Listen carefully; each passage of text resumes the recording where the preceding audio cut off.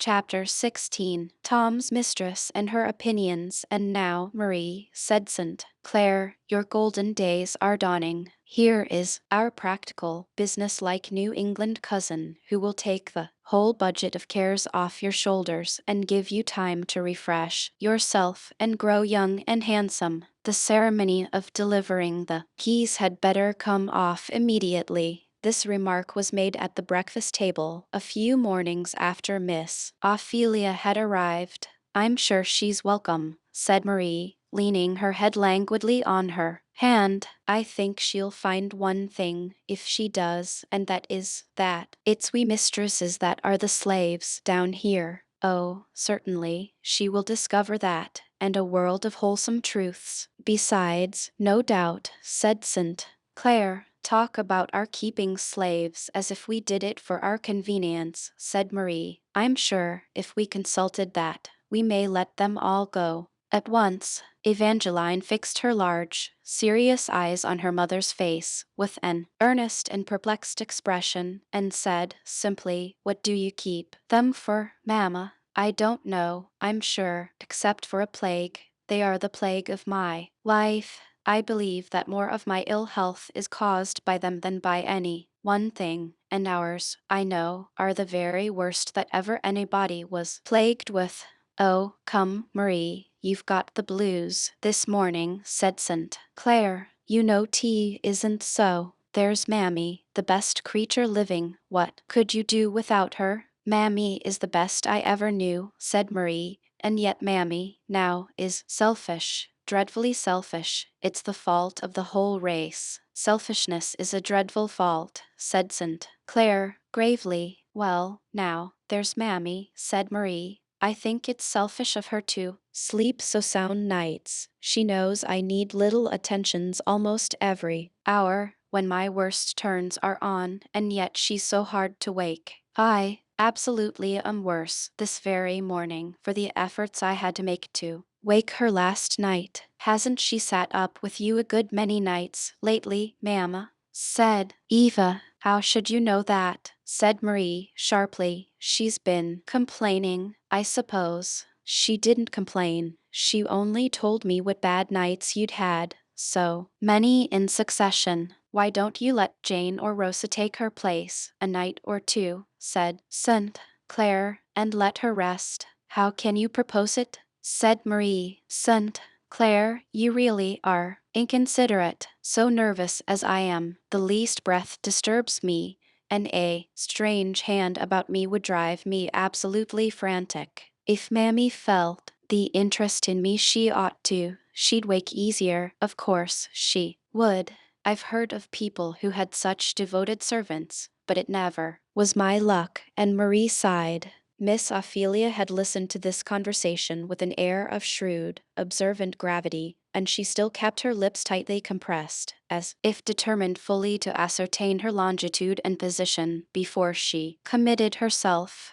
Now, Mammy has a sort of goodness, said Marie. She's smooth and respectful, but she's selfish at heart. Now, she never will be done fidgeting and worrying about that husband of hers. You see, when I was married and came to live here, of course, I had to bring her with me, and her husband my father couldn't spare. He was a blacksmith, and, of course, very necessary, and I thought and said, at the time, that Mammy and he had better give each other up, as it wasn't likely to be convenient for them ever to live together again. I wish, now, I'd insisted on it, and married Mammy to somebody else, but I was foolish and indulgent and didn't want to insist. I told Mammy, at the time, that she mustn't ever expect to see him more than once or twice in her life again, for the air of father's place doesn't agree with my health, and I can't go there, and I advised her to take up with somebody else. But no, she wouldn't. Mammy has a kind of obstinacy about her, in spots, that everybody don't see as I do. Has she children? Said Miss Ophelia. Yes, she has two. I suppose she feels the separation from them? Well, of course, I couldn't bring them. They were little dirty things. I couldn't have them about, and besides, they took up too much of her time. but I believe that Mammy has always kept up a sort of sulkiness about this. She won't marry anybody else, and I do believe, now, though she knows how necessary she is to me, and how feeble my health is, she would go back to her husband tomorrow, if she only could. I do, truly, said Marie. They are just so selfish, now, the best of them. It's distressing to reflect upon, said St. Clair, dryly. Miss Ophelia looked keenly at him, and saw the flush of mortification, and repressed vexation, and the sarcastic curl of the lip as he spoke. Now, Mammy has always been a pet with me, said Marie. I wish some of your northern servants could look at her closets of dresses, silks and muslins, and one real linen cambric she has hanging there. I've worked, sometimes whole afternoons, trimming her caps and getting her ready to go to a party. As to abuse, she don't know what it is. She never was whipped more than once or twice in her whole life. She has her strong coffee or her tea every day, with white sugar in it. It's abominable, to be sure, but St. Clair will have high life below stairs, and they every one of them live just as they please. The fact is, our servants are overindulged. I suppose it is partly our fault that they are selfish, and act like spoiled children, but I've talked to St. Clair till I am tired. And I, too, said St. Clair, taking up the morning paper. Eva, the beautiful Eva, had stood listening to her mother, with that expression of deep and mystic earnestness which was peculiar to her. She walked softly round to her mother's chair, and put her arms round her neck. Well, Eva, what now? Said Marie. Mamma, couldn't I take care of you one night? Just one? I know I shouldn't make you nervous, and I shouldn't sleep. I often lie awake nights, thinking. Oh, nonsense, child, nonsense, said Marie. You are such a strange child. But may I, Mamma? I think, she said, timidly, that Mammy isn't well. She told me her head ached all the time, lately. Oh, that's just one of Mammy's fidgets. Mammy is just like all the rest of them, makes such a fuss about every little headache or finger ache. It'll never do to encourage it, never. I'm principled about this matter, said she, turning to Miss Ophelia. You'll find the necessity of it if you encourage servants in giving way to every little disagreeable feeling and complaining of every little ailment. You'll have your hands full. I never complain myself. Nobody knows what I endure. I feel it a duty to bear it quietly, and I do. Miss Ophelia's round eyes expressed an undisguised amazement at this peroration, which struck St. Clair as so supremely ludicrous that he burst into a loud laugh. St. Clair always laughs when I make the least allusion to my ill health, said Marie, with the voice of a suffering martyr. I only hope the day won't come when he'll remember it. And Marie put her handkerchief to her eyes. Of course, there was rather a foolish silence. Finally, St. Clair got up, looked at his watch, and said he had an engagement down street. Eva tripped away after him, and Miss Ophelia and Marie remained at the table, alone. Now, that's just like St. Clair, said the latter, withdrawing her handkerchief with somewhat of a spirited flourish, when the criminal to be affected by it was no longer in sight. He never realizes, never can, never will, what I suffer and have for years. If I was one of the complaining sort, or ever made any fuss about my ailments, there would be some reason for it. Men do get tired, naturally, of a complaining wife. But I've kept things to myself, and borne, till St. Clair has got in the way of thinking I can bear anything. Miss Ophelia did not exactly know what she was expected to answer to this. While she was thinking what to say, Marie gradually wiped away her tears and smoothed her plumage in a general sort of way, as a dove may be supposed to make toilet after a shower, and began a housewifely chat with Miss Ophelia concerning cupboards, closets, linen presses, storerooms, and other matters of which the latter was by common understanding to assume the direction giving her so many cautious directions and charges that a head less systematic and businesslike than Miss Ophelia's would have been utterly dizzied and confounded. And now, said Marie, I believe I've told you everything, so that, when my next sick turn comes on, you'll be able to go forward entirely, without consulting me.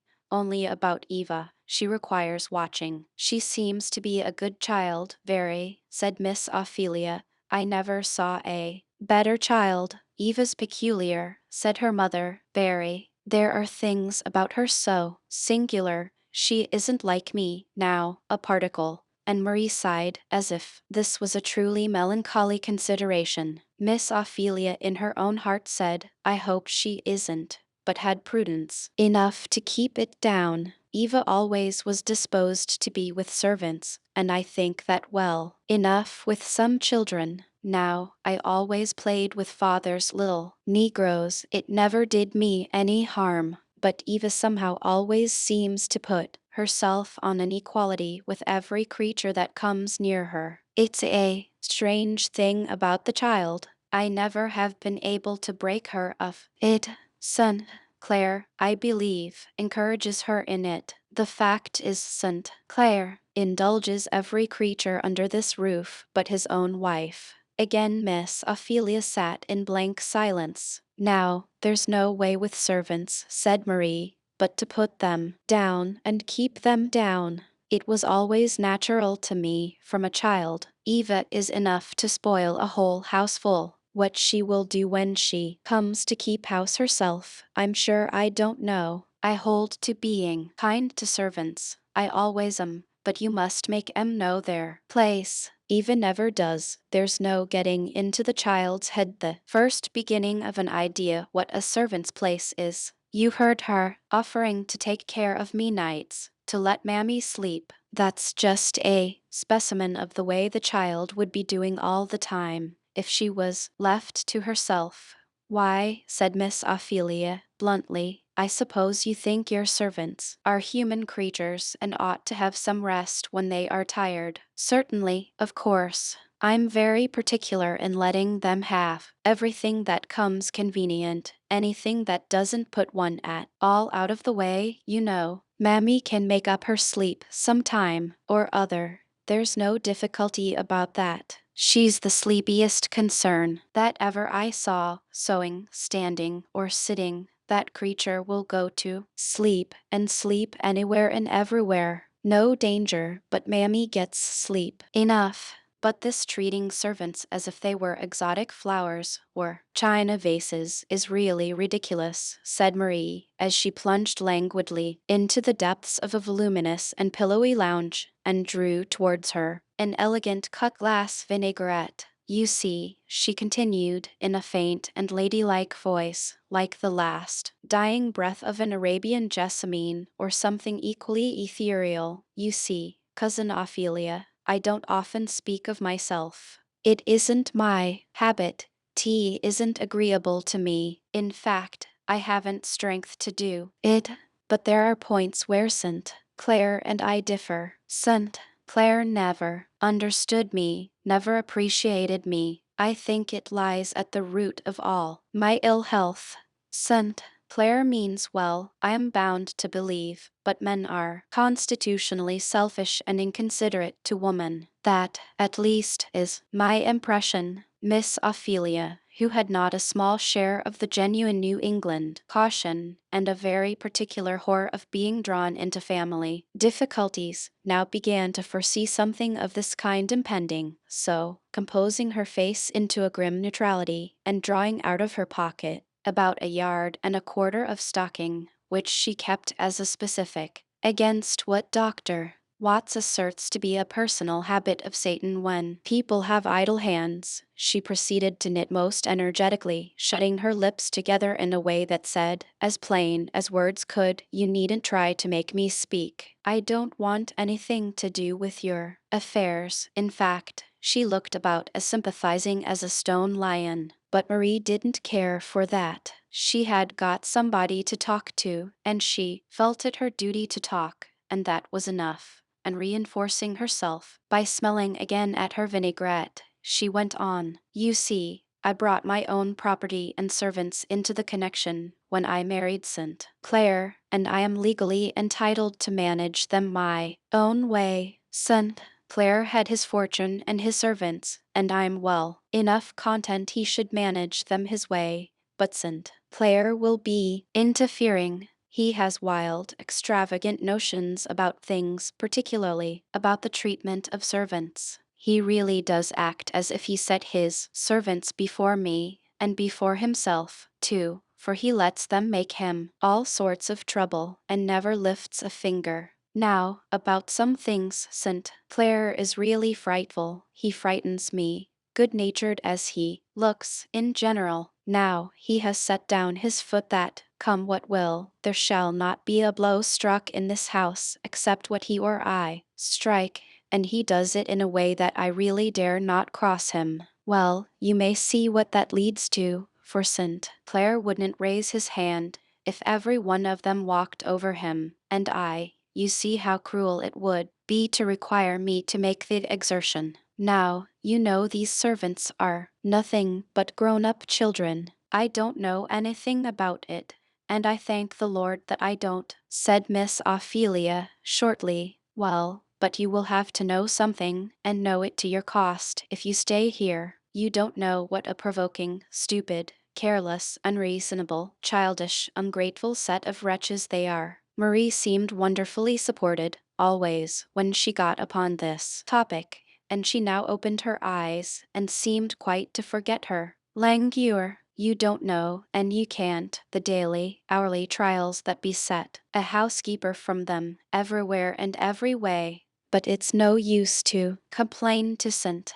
Clair. He talks the strangest stuff. He says we have made them what they are and ought to bear with them. He says their faults are all owing to us, and that it would be cruel to make the fault and punish it too. He says we shouldn't do any better in their place, just as if one could reason from them to us, you know. Don't you believe that the Lord made them of one blood with us? Said Miss Ophelia, shortly. No, truly not I. A pretty story, truly. They are a degraded race. Don't you think they've got immortal souls? Said Miss Ophelia, with increasing indignation. Oh, well, said Marie, yawning, that, of course, nobody doubts that. But as to putting them on any sort of equality with us, you know, as if we could be compared, why, it's impossible. Now, St. Clair really has talked to me as if keeping Mammy from her husband was like keeping me from mine. There's no comparing in this way. Mammy couldn't have the feelings that I should. It's a different thing altogether, of course, it is, and yet St. Clair pretends not to see it. And just as if Mammy could love her little dirty babies as I love Eva. Yet St. Clair once, really and soberly tried to persuade me that it was my duty, with my weak health and all I suffer, to let Mammy go back and take somebody else in her place. That was a little too much evening for me to bear. I don't often show my feelings. I make it a principle to endure everything in silence. It's a wife's hard lot, and I bear it. But I did break out that time, so that he has never alluded to the subject since. But I know, by his looks and little things that he says, that he thinks so as much as ever, and it's so trying, so provoking. Miss Ophelia looked very much as if she was afraid she should say something, but she rattled away with her needles in a way that had volumes of meaning in it, if Marie could only have understood it. So, you just see, she continued, what you've got to manage. They, household without any rule, where servants have it all their own way, do what they please and have what they please, except so far as I, with my feeble health, have kept up government. I keep my cowhide about, and sometimes I do lay it on, but the exertion is always too much for me. St. Clair would only have this thing done as others do. And how's that? Why, send them to the calaboose or some of the other places to be flogged. That's the only way. If I wasn't such a poor, feeble piece, I believe I should manage with twice the energy that St. Clair does. And how does St. Clair contrive to manage? Said Miss Ophelia. You say, he never strikes a blow. Well, men have a more commanding way, you know. It is easier for them. Besides, if you ever looked full in his eye, it's peculiar, that eye, and if he speaks decidedly, there's a kind of flash. I'm afraid of it myself, and the servants know they must mind. I couldn't do as much by a regular storm and scolding as St. Clair can by one turn of his eye, if once he'd is in earnest. Oh, there's no trouble about St. Clair, that's the reason he's no more feeling for me, but you'll find, when you come to manage, that there's no getting along without severity. They are so bad, so deceitful, so lazy. The old tune, said St. Clair, sauntering in. What an awful account these wicked creatures will have to settle at last, especially for being lazy. You see, cousin, said he, as he stretched himself at full length on a lounge opposite to Marie, it's wholly inexcusable in them, in the light of the example that Marie and I set them, this laziness. Come, now, St. Clair, you are too bad, said Marie. Am I, now? Why, I thought I was talking good, quite remarkably for me. I try to enforce your remarks, Marie, always. You know you meant no such thing, St. Clair, said Marie. Oh, I must have been mistaken, then. Thank you, my dear, for setting me right. You do really try to be provoking, said Marie. Oh, come, Marie, the day is growing warm, and I have just had a long quarrel with Dolph, which has fatigued me excessively, so pray be agreeable now, and let a fellow repose in the light of your smile. What's the matter about Dolph? Said Marie. That fellow's impudence has been growing to a point that is perfectly intolerable to me. I only wish I had the undisputed management of him a while.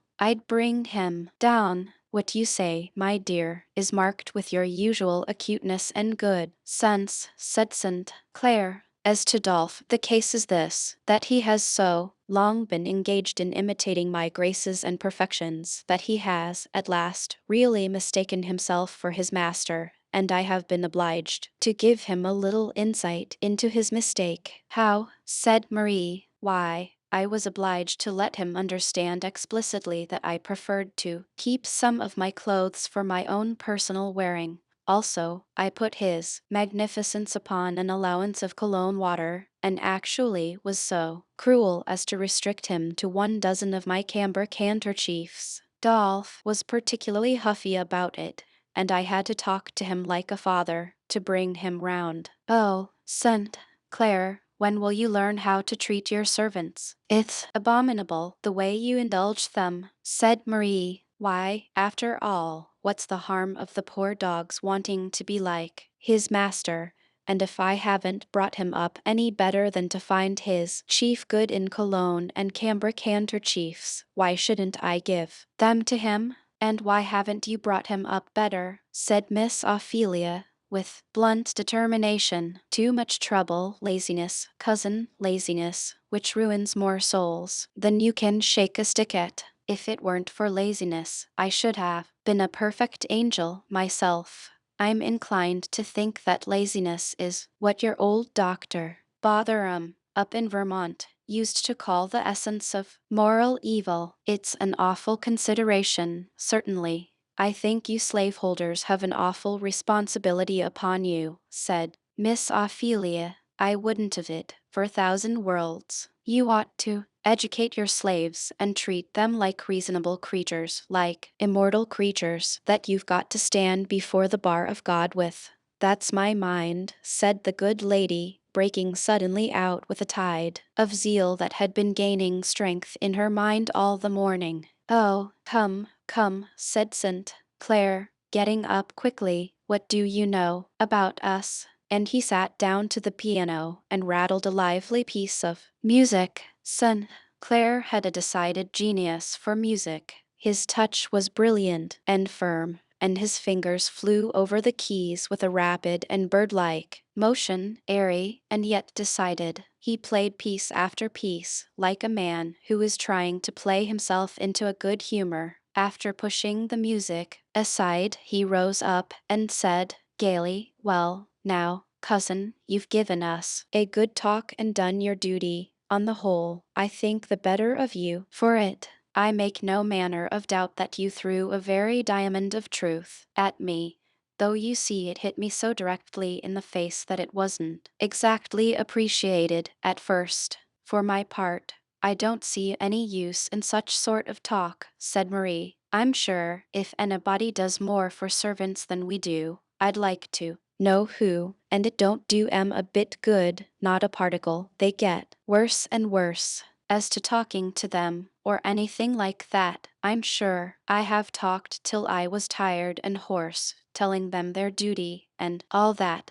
and I'm sure they can go to church when they like, though they don't understand a word of the sermon more than so many pigs, so it isn't of any great use for them to go, as I see, but they do go, and so they have every chance, but, as I said before, they are a degraded race, and always will be, and there isn't any help for them. You can't make anything of them if you try. You see, Cousin Ophelia, I've tried, and you haven't. I was born and bred among them, and I know." Miss Ophelia thought she had said enough, and therefore sat silent. "Son," Claire whistled a tune. "Sunt, Claire, I wish you wouldn't whistle," said Marie. "It makes my head worse." "I won't," said St. Claire. "Is there anything else you wouldn't wish me to do?" "I wish you would have some kind of sympathy for my trials. You never have any feeling for me." "My dear accusing angel," said St. Claire, "it's provoking to be talked to in that way." "Then, how will you be talked to?" "I'll talk to order, any way you'll mention, only to give satisfaction." A gay laugh from the court rang through the silken curtains of the veranda. St. Claire stepped out, and lifting up the curtain, laughed too. "What is it?" said Miss Ophelia, coming to the railing. There sat Tom, on a little mossy seat in the court, every one of his buttonholes stuck full of Cape jessamines, and Eva, gaily laughing, was hanging a wreath of roses round his neck, and then she sat down on his knee like a chip sparrow, still laughing. "Oh, Tom, you look so funny." Tom had a sober, benevolent smile, and seemed, in his quiet way, to be enjoying the fun quite as much as his little mistress. He lifted his eyes when he saw his master, with a half-deprecating, apologetic air. "How can you let her?" said Miss Ophelia. "Why not?" said St. Claire. "Why, I don't know. It seems so dreadful. You would think no harm in a child's caressing a large dog, even if he was black, but a creature that can think and reason and feel and is immortal, you shudder at. Confess it, cousin. I know the feeling among some of you northerners well enough. Not that there is a particle of virtue in our not having it, but custom with us does what Christianity ought to do, obliterates the feeling of personal prejudice. I have often noticed in my travels north how much stronger this was with you than with us. You loathe them as you would a snake or a toad, yet you are indignant at their wrongs. You would not have them abused, but you don't want to have anything to do with them yourselves. You would send them to Africa, out of your sight and smell, and then send a missionary or two to do up all the self-denial of elevating them compendiously. Isn't that it?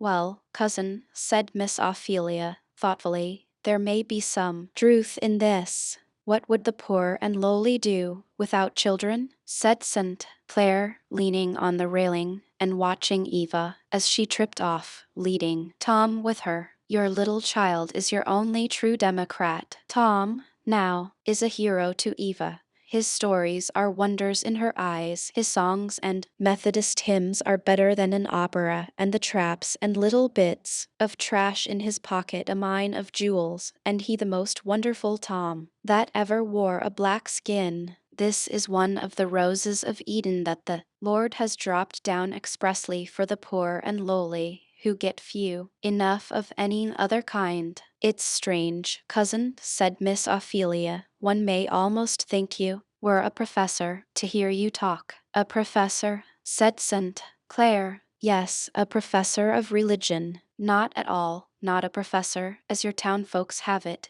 And what is worse, I'm afraid, not a practizer either. What makes you talk so, then? Nothing is easier than talking, said St. Clare. I believe Shakespeare makes somebody say, I could sooner show 20 what were good to be done than be one of the 20 to follow my own showing. Asterisk nothing like division of labor. My forte lies in talking, and yours, cousin, lies in doing. Asterisk The Merchant of Venice, Act 1, Scene 2, lines 17-18. In Tom's external situation at this time, there was, as the world says, nothing to complain of little Eva's fancy for him. The instinctive gratitude and loveliness of a noble nature had led her to petition her father that he may be her especial attendant whenever she needed the escort of a servant in her walks or rides, and Tom had general orders to let everything else go and attend to Miss Eva whenever she wanted him, orders which our readers may fancy were far from disagreeable to him.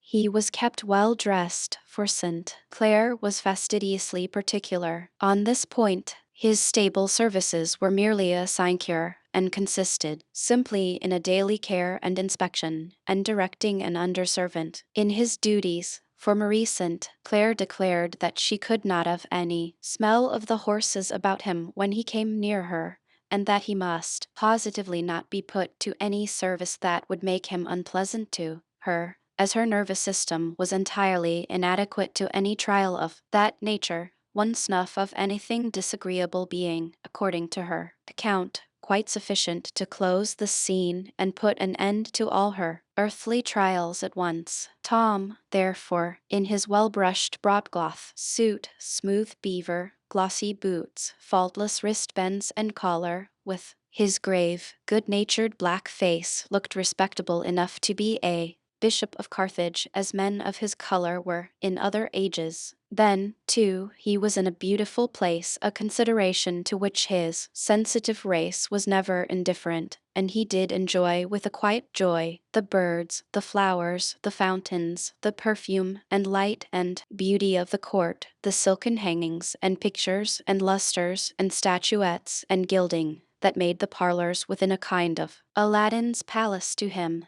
If ever Africa shall show an elevated and cultivated race, and come, it must, sometime, her turn to figure in the great drama of human improvement, life will wake there with a gorgeousness and splendor of which our cold western tribes faintly have conceived.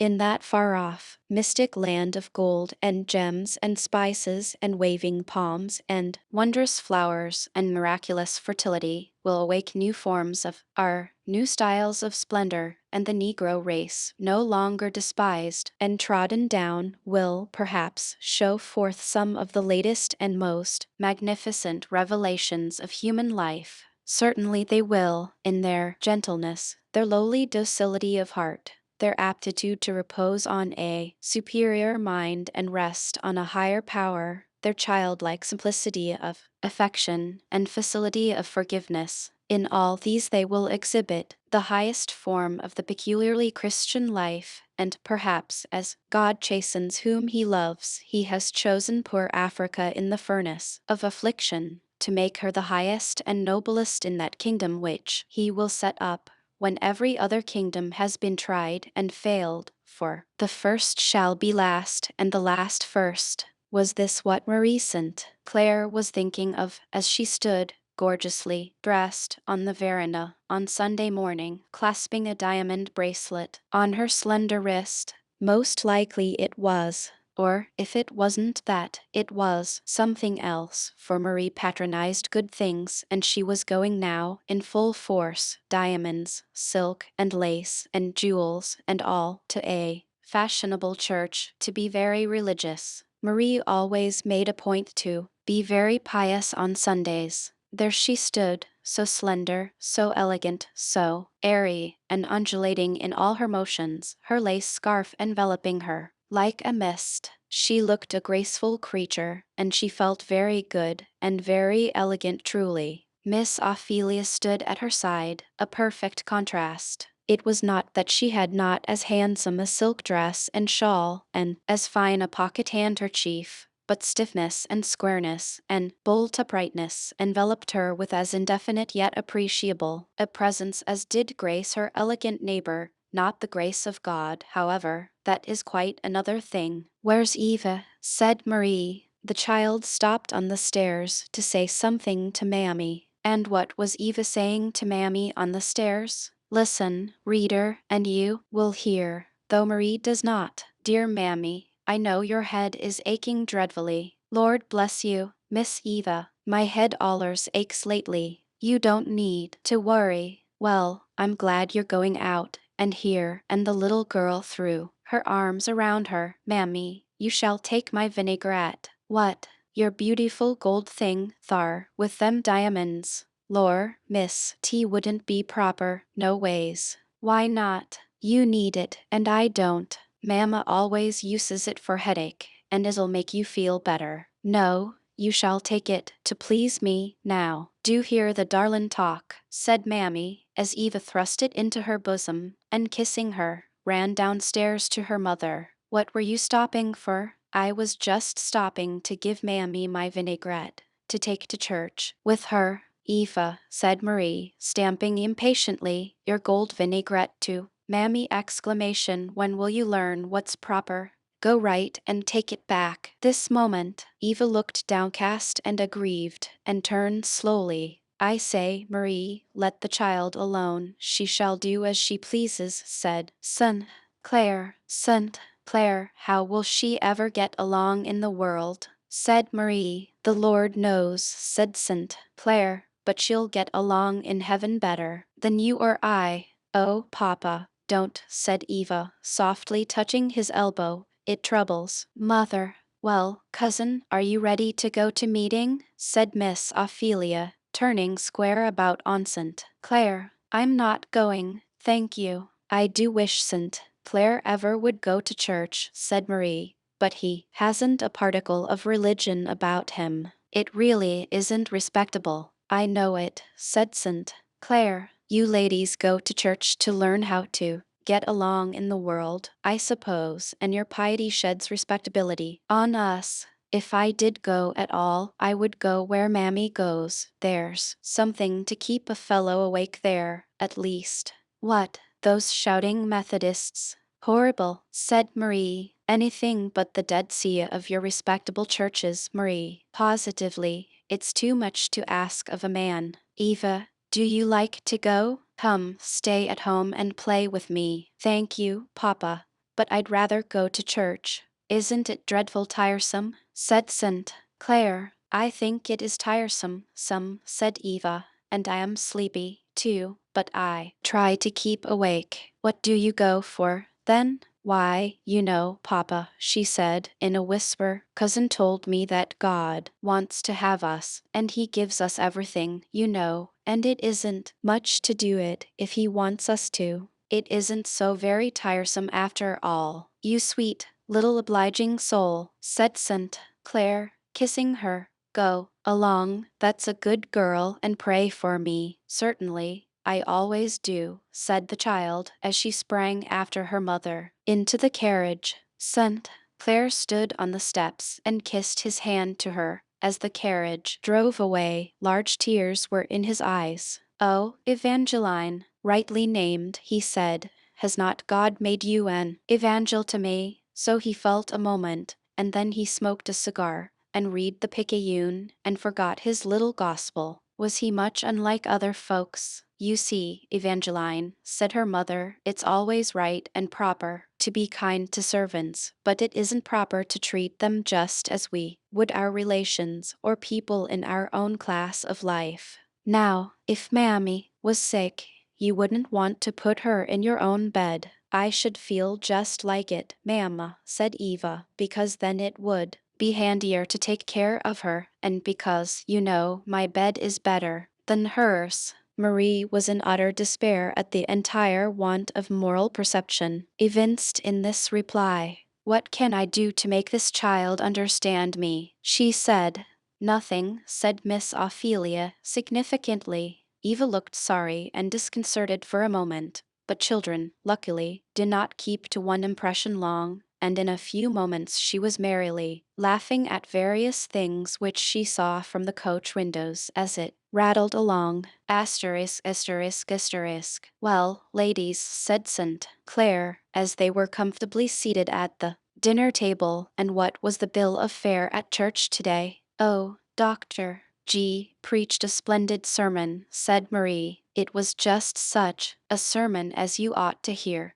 It expressed all my views exactly. It must have been very improving, said St. Clair. The subject must have been an extensive one. Well, I mean all my views about society and such things, said Marie. The text was, He has made everything beautiful in its season, and he showed how all the orders and distinctions in society came from God, and that it was so appropriate, you know, and beautiful, that some should be high and some low, and that some were born to rule and some to serve, and all that, you know, and he applied it so well to all this ridiculous fuss that is made about slavery, and he proved distinctly that the Bible was on our side and supported all our institutions so convincingly. I only wish you'd heard him. Though I didn't need it, said St. Clair. I can learn what does me as much good as that from the Picayune any time and smoke a cigar besides,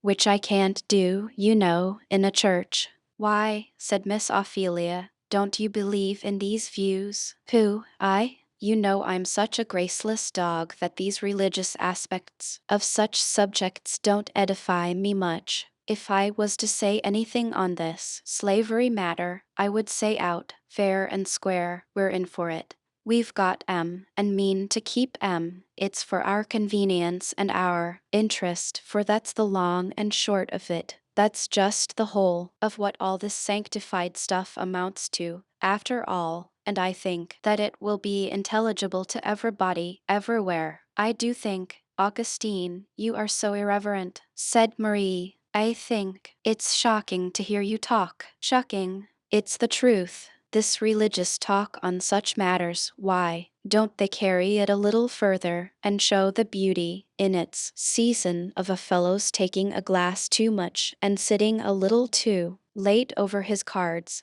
and various providential arrangements of that sort, which are pretty frequent among us young men? We'd like to hear that. Those are right and godly, too. Well, said Miss Ophelia, do you think slavery right or wrong? I'm not going to have any of your horrid New England directness, cousin, said St. Clair gaily. If I answer that question, I know you'll be at me with half a dozen others, each one harder than the last.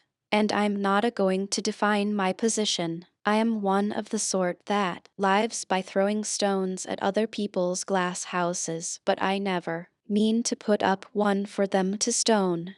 That's just the way he's always talking, said Marie. You can't get any satisfaction out of him. I believe it's just because he don't like religion that he's always running out in this way he's been doing. Religion, said St. Clair in a tone that made both ladies look at him. Religion is what you hear at church. Religion is that which can bend and turn and descend and ascend to fit every crooked phase of selfish, worldly society. Religion is that religion which is less scrupulous, less generous, less just, less considerate for man than even my own ungodly, worldly, blinded nature. No, when I look for religion, I must look for something above me and not something beneath. Then you don't believe that the Bible justifies slavery, said Miss Ophelia. The Bible was my mother's book, said St. Clair. By it she lived and died, and I would be very sorry to think it did.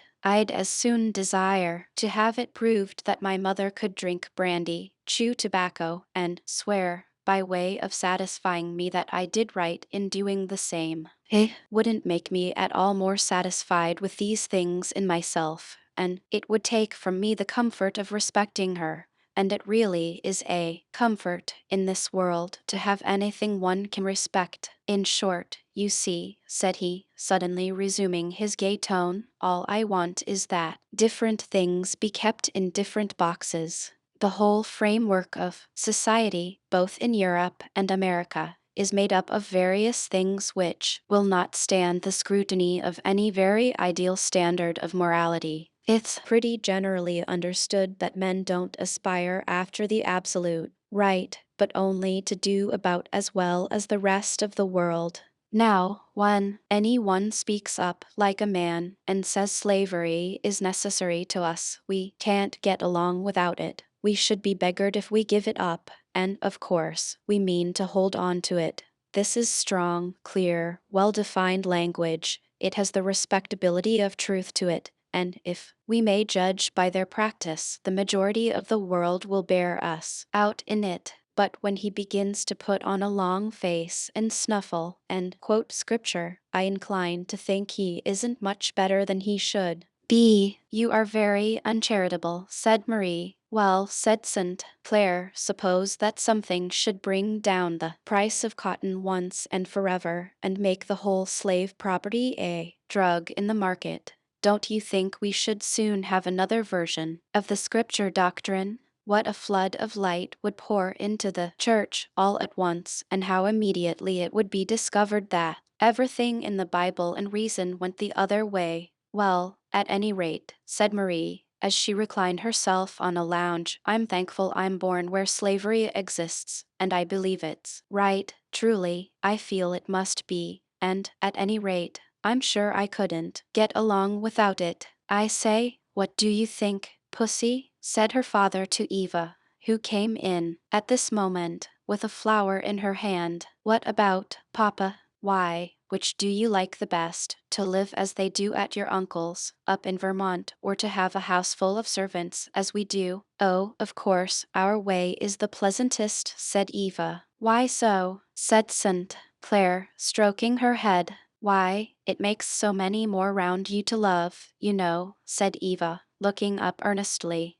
Now, that's just like Eva, said Marie, just one of her odd speeches. Is it an odd speech, Papa? Said Eva, whisperingly, as she got upon his knee. Rather, as this world goes, Pussy, said St. Clair. But where has my little Eva been all dinner time? Oh, I've been up in Tom's room, hearing him sing, and Aunt Dinah gave me my dinner, hearing Tom sing, hey? Oh, yes, he sings such beautiful things about the New Jerusalem, and bright angels, and the land of Canaan. I dare say it's better than the opera, isn't it? Yes, and he's going to teach them to me. Singing lessons, hey? You are coming on. Yes, he sings for me, and I read to him in my Bible, and he explains what it means, you know. On my word, said Marie, laughing. That is the latest joke of the season. Tom isn't a bad hand, now, at explaining scripture, I'll dare swear, said St. Clair. Tom has a natural genius for religion. I wanted the horses out early this morning, and I stole up to Tom's cubiculum there, over the stables, and there I heard him holding a meeting by himself. And, in fact, I haven't heard anything quite so savory as Tom's prayer. This some time he put in for me, with a zeal that was quite apostolic. Perhaps he guessed you were listening. I've heard of that trick before. If he did, he wasn't very polite, for he gave the Lord his opinion of me pretty freely. Tom seemed to think there was decidedly room for improvement in me, and seemed very earnest that I should be converted. I hope you'll lay it to heart, said Miss Ophelia. I suppose you are much of the same opinion, said St. Clair. Chapter 17. The Freeman's Defense. There was a gentle bustle at the Quaker house as the afternoon drew to a close. Rachel Halliday moved quietly to and fro, collecting from her household stores such needments as could be arranged in the smallest compass for the wanderers who were to go forth that night. The afternoon shadows stretched eastward, and the round red sun stood thoughtfully on the horizon, and his beams shone yellow and calm into the little bedroom where George and his wife were sitting. He was sitting with his child on his knee, and his wife's hand in his. Both looked thoughtful and serious, and traces of tears were on their cheeks. Yes, Eliza, said George, I know all you say is true. You are a good child, a great deal better than I am, and I will try to do as you say. I'll try to act worthy of a free man. I'll try to feel like a Christian. God Almighty knows that I've meant to do well, tried hard to do well, when everything has been against me. And now I'll forget all the past and put away every hard and bitter feeling and read my Bible and learn to be a good man. And when we get to Canada, said Eliza, I can help you. I can do dressmaking very well, and I understand fine washing and ironing, and between us we can find something to live on. Yes, Eliza, so long as we have each other and our boy. Oh, Eliza, if these people only knew what a blessing it is for a man to feel that his wife and child belong to him. I've often wondered to see men that could call their wives and children their own, fretting and worrying about anything else. Why, I feel rich and strong, though we have nothing but our bare hands. I feel as if I could scarcely ask God for any more. Yes, though I've worked hard every day, till I am 25 years old, and have not a cent of money, nor a roof to cover me, nor a spot of land to call my own. Yet, if they will only let me alone now, I will be satisfied, thankful. I will work, and send back the money for you and my boy. As to my old master, he has been paid 5 times over for all he ever spent for me. I don't owe him anything. But yet we are not quite out of danger, said Eliza. We are not yet in Canada. True, said George, but it seems as if I smelt the free air, and it makes me strong. At this moment, voices were heard in the outer apartment, in earnest conversation, and very soon a rap was heard on the door. Eliza started, and opened it. Simon Halliday was there, and with him a Quaker brother, whom he introduced as Phineas Fletcher. Phineas was tall and lathy, red-haired, with an expression of great acuteness and shrewdness in his face.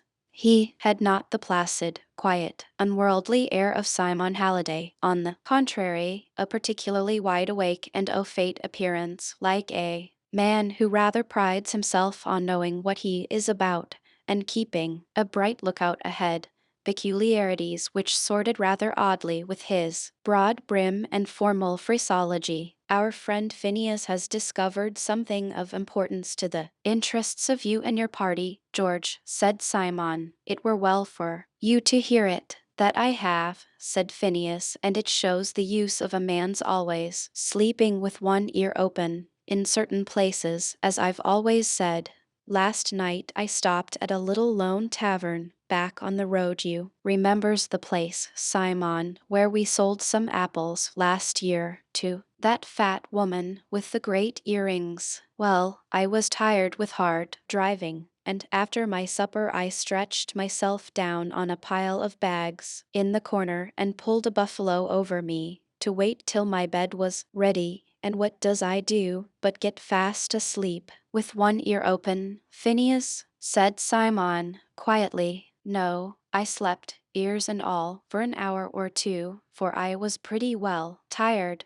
But when I came to myself a little, I found that there were some men in the room, sitting round a table, drinking and talking, and I thought, before I made much muster, I'd just see what they were up to, especially as I heard them say something about the Quakers. So, says one, they are up in the Quaker settlement, no doubt, says he. Then I listened with both ears, and I found that they were talking about this very party, so I lay and heard them lay off all their plans. This young man, they said, was to be sent back to Kentucky to his master, who was going to make an example of him, to keep all niggers from running away. And his wife, 2 of them were going to run down to New Orleans to sell, on their own account, and they calculated to get $1,600 or $1,800 for her, and the child, they said, was going to a trader who had bought him, and then there was the boy, Jim, and his mother. They were to go back to their masters in Kentucky. They said that there were 2 constables in a town a little piece ahead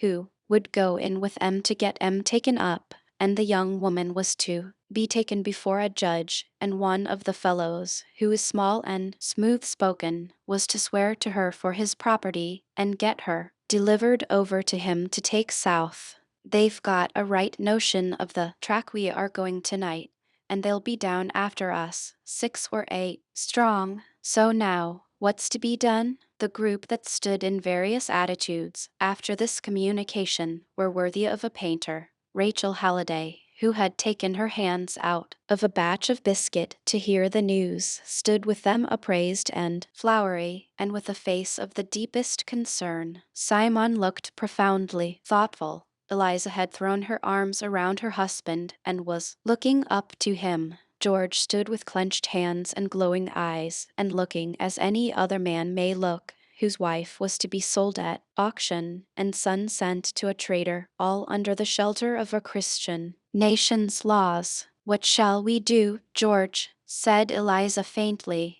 "I know what I shall do," said George, as he stepped into the little room and began examining pistols. I, said Phineas, nodding his head to Simon. "You ceased, Simon, how it will work." "I see," said Simon, sighing. "I pray it come not to that. I don't want to involve any one with or for me," said George. "If you will lend me your vehicle and direct me, I will drive alone to the next stand. Jim is a giant in strength, and brave as death and despair, and so am I." "Ah, well, friend," said Phineas, "but you'll need a driver for all that. You's quite welcome to do all the fighting, you knows, but I know a thing or two about the road that you doesn't." "But I don't want to involve you," said George. "Involve," said Phineas, with a curious and keen expression of face. "When you does involve me, please to let me know." "Phineas is a wise and skilful man," said Simon. "You does well, George, to abide by his judgment," and he added, laying his hand kindly on George's shoulder, and pointing to the pistols, "Be not over hasty. With these, young blood is hot." "I will attack no man," said George. "All I ask of this country is to be let alone, and I will go out peaceably." But he paused, and his brow darkened and his face worked. "I've had a sister sold in that New Orleans market. I know what they are sold for, and am I going to stand by and see them take my wife and sell her, when God has given me a pair of strong arms to defend her? No, God help me, I'll fight to the last breath before they shall take my wife and son. Can you blame me? Mortal man cannot blame you, George. Flesh and blood could not do otherwise," said Simon.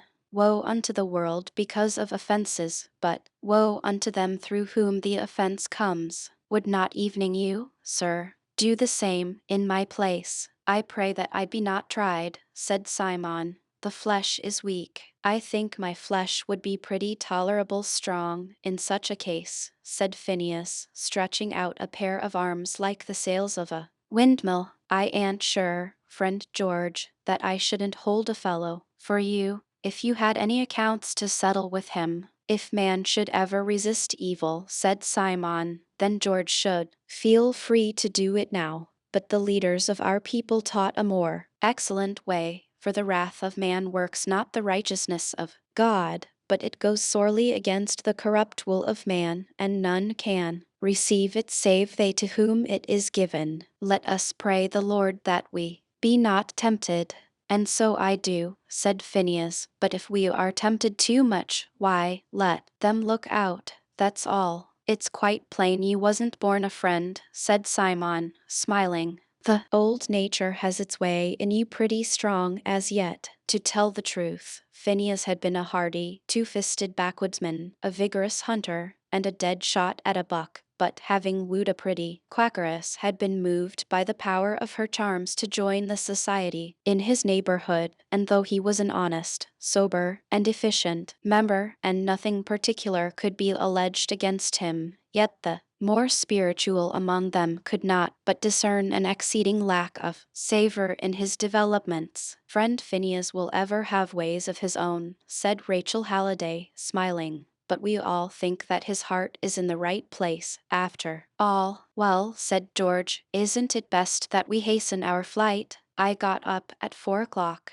and came on with all speed, full 2 or 3 hours ahead of them, if they start at the time they planned. It isn't safe to start till dark, at any rate, for there are some evil persons in the villages ahead that may be disposed to meddle with us if they saw our wagon, and that would delay us more than the waiting. But in 2 hours I think we may venture. I will go over to Michael Cross and engage him to come behind on his swift nag, and keep a bright lookout on the road, and warn us if any company of men come on. Michael keeps a horse that can soon get ahead of most other horses, and he could shoot ahead and let us know if there were any danger. I am going out now to warn Jim and the old woman to be in readiness, and to see about the horse. We have a pretty fair start, and stand a good chance to get to the stand before they can come up with us. So have good courage, friend George.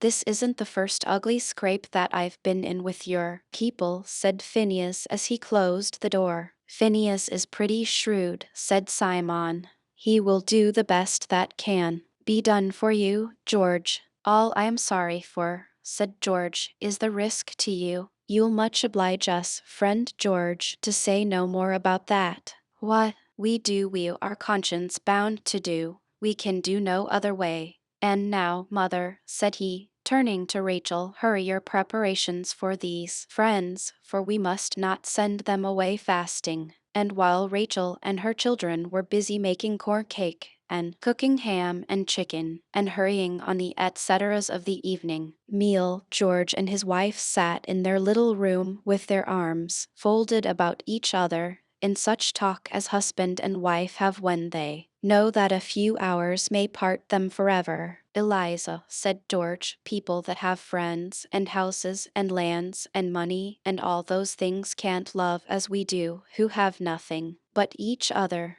Till I knew you, Eliza, no creature had loved me but my poor heartbroken mother and sister. I saw poor Emily that morning the trader carried her off. She came to the corner where I was lying asleep, and said, Poor George, your last friend is going. What will become of you, poor boy? And I got up and threw my arms round her, and cried and sobbed, and she cried too. And those were the last kind words I got for 10 long years, and my heart all withered up, and felt as dry as ashes, till I met you. And your loving me, why, it was almost like raising one from the dead. I've been a new man ever since. And now, Eliza, I'll give my last drop of blood, but they shall not take you from me. Whoever gets you must walk over my dead body. Oh, Lord, have mercy, said Eliza, sobbing. If he will only let us get out of this country together, that is all we ask. Is God on their side? Said George, speaking less to his wife than pouring out his own bitter thoughts. Does he see all they do? Why does he let such things happen? And they tell us that the Bible is on their side. Certainly all the power is. They are rich and healthy and happy.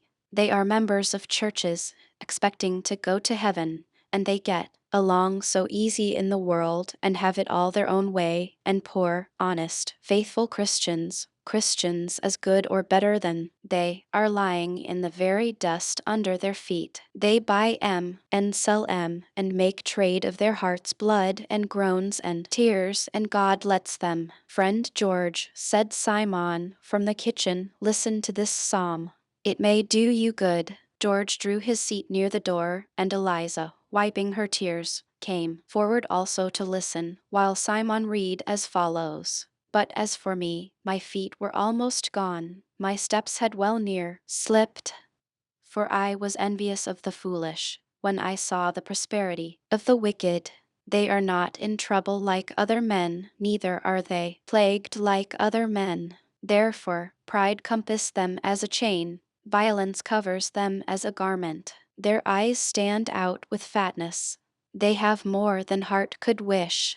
They are corrupt and speak wickedly concerning oppression. They speak loftily. There for his people return, and the waters of a full cup are wrung out to them, and they say, how does God know? And is there knowledge in the Most High? Is not that the way you feels, George? It is so truly, said George, as well as I could have written it myself. Then, here, said Simon, when I thought to know this, it was too painful for me until I went unto the sanctuary of God. Then understood I their end. Surely you didst set them in slippery places, you castedst them down to destruction, as a dream when one wakes. So, O Lord, when you wakest, you shall despise their image. Nevertheless I am continually with you. You have holden me by my right hand, you shall guide me by your counsel, and afterwards receive me to glory. It is good for me to draw near unto God. I have put my trust in the Lord God. Asterisk, asterisk PS 73. The end of the wicked contrasted with that of the righteous. The words of holy trust, breathed by the friendly old man, stole like sacred music over the harassed and chafed spirit of George, and after he ceased, he sat with a gentle and subdued expression on his fine features. If this world were all, George, said Simon, you may truly ask, where is the Lord?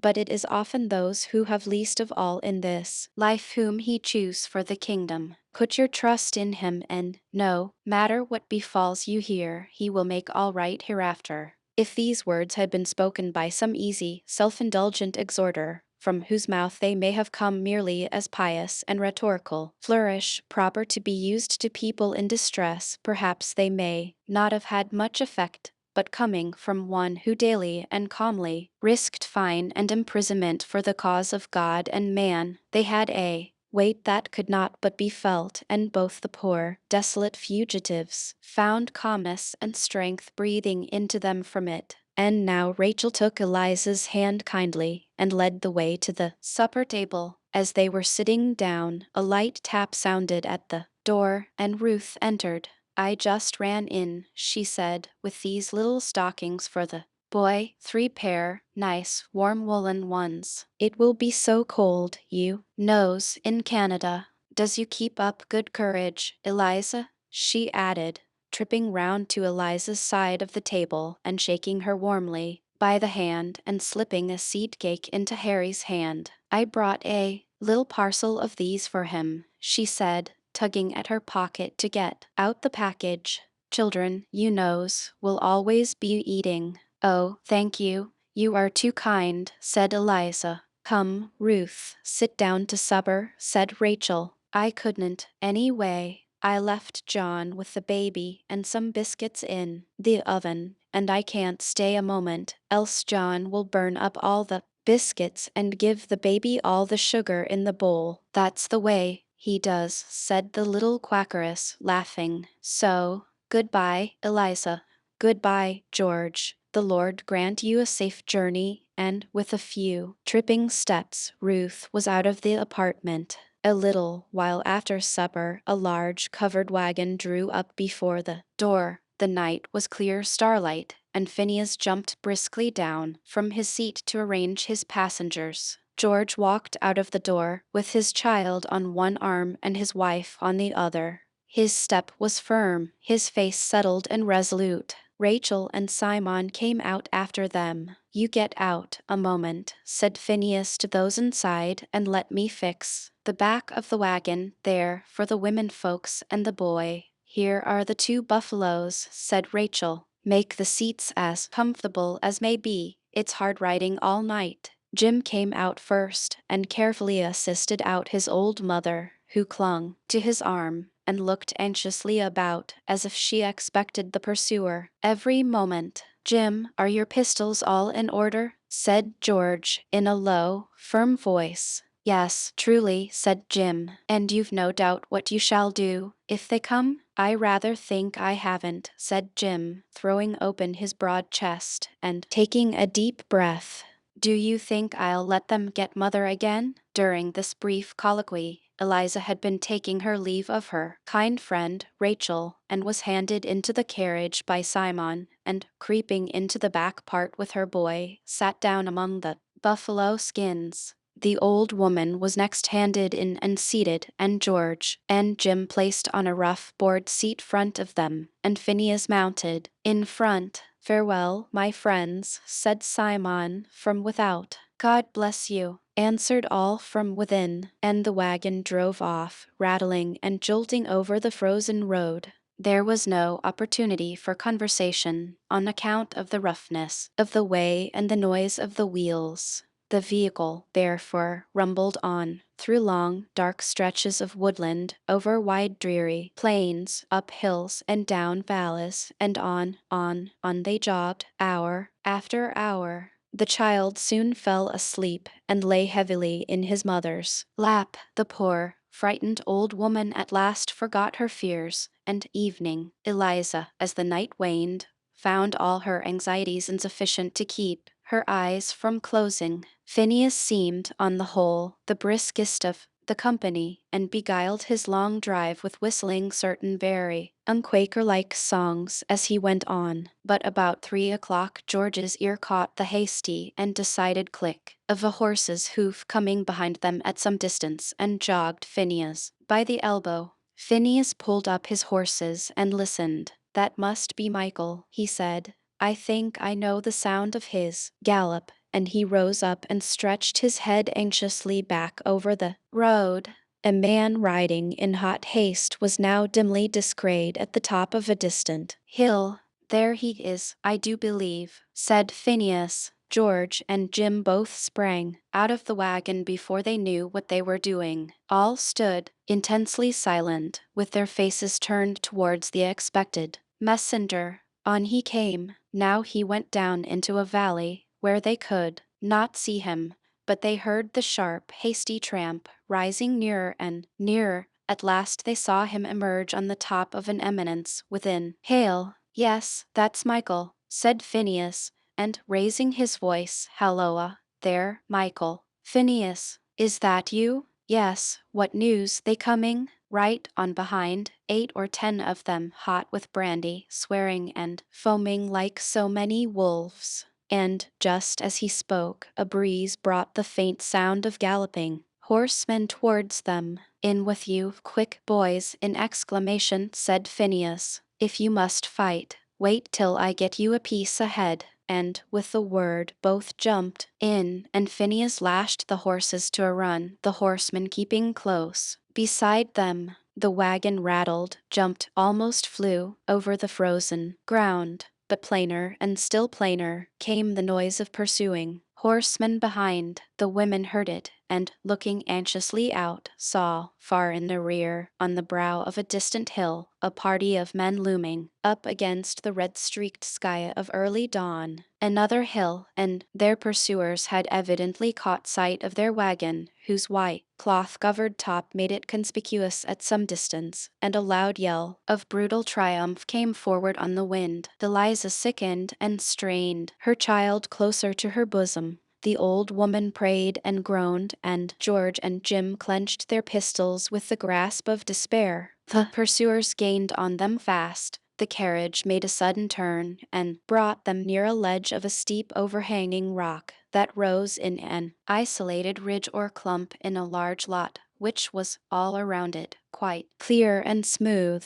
This isolated pile or range of rocks rose up black and heavy against the brightening sky, and seemed to promise shelter and concealment. It was a place well known to Phineas, who had been familiar with the spot in his hunting days, and it was to gain this point he had been racing his horses. "Now for it," said he, suddenly checking his horses, and springing from his seat to the ground. "Out with you, in a twinkling, every one, and up into these rocks with me. Michael, you tie your horse to the wagon, and drive ahead to Amariah's and get him and his boys to come back and talk to these fellows." In a twinkling they were all out of the carriage.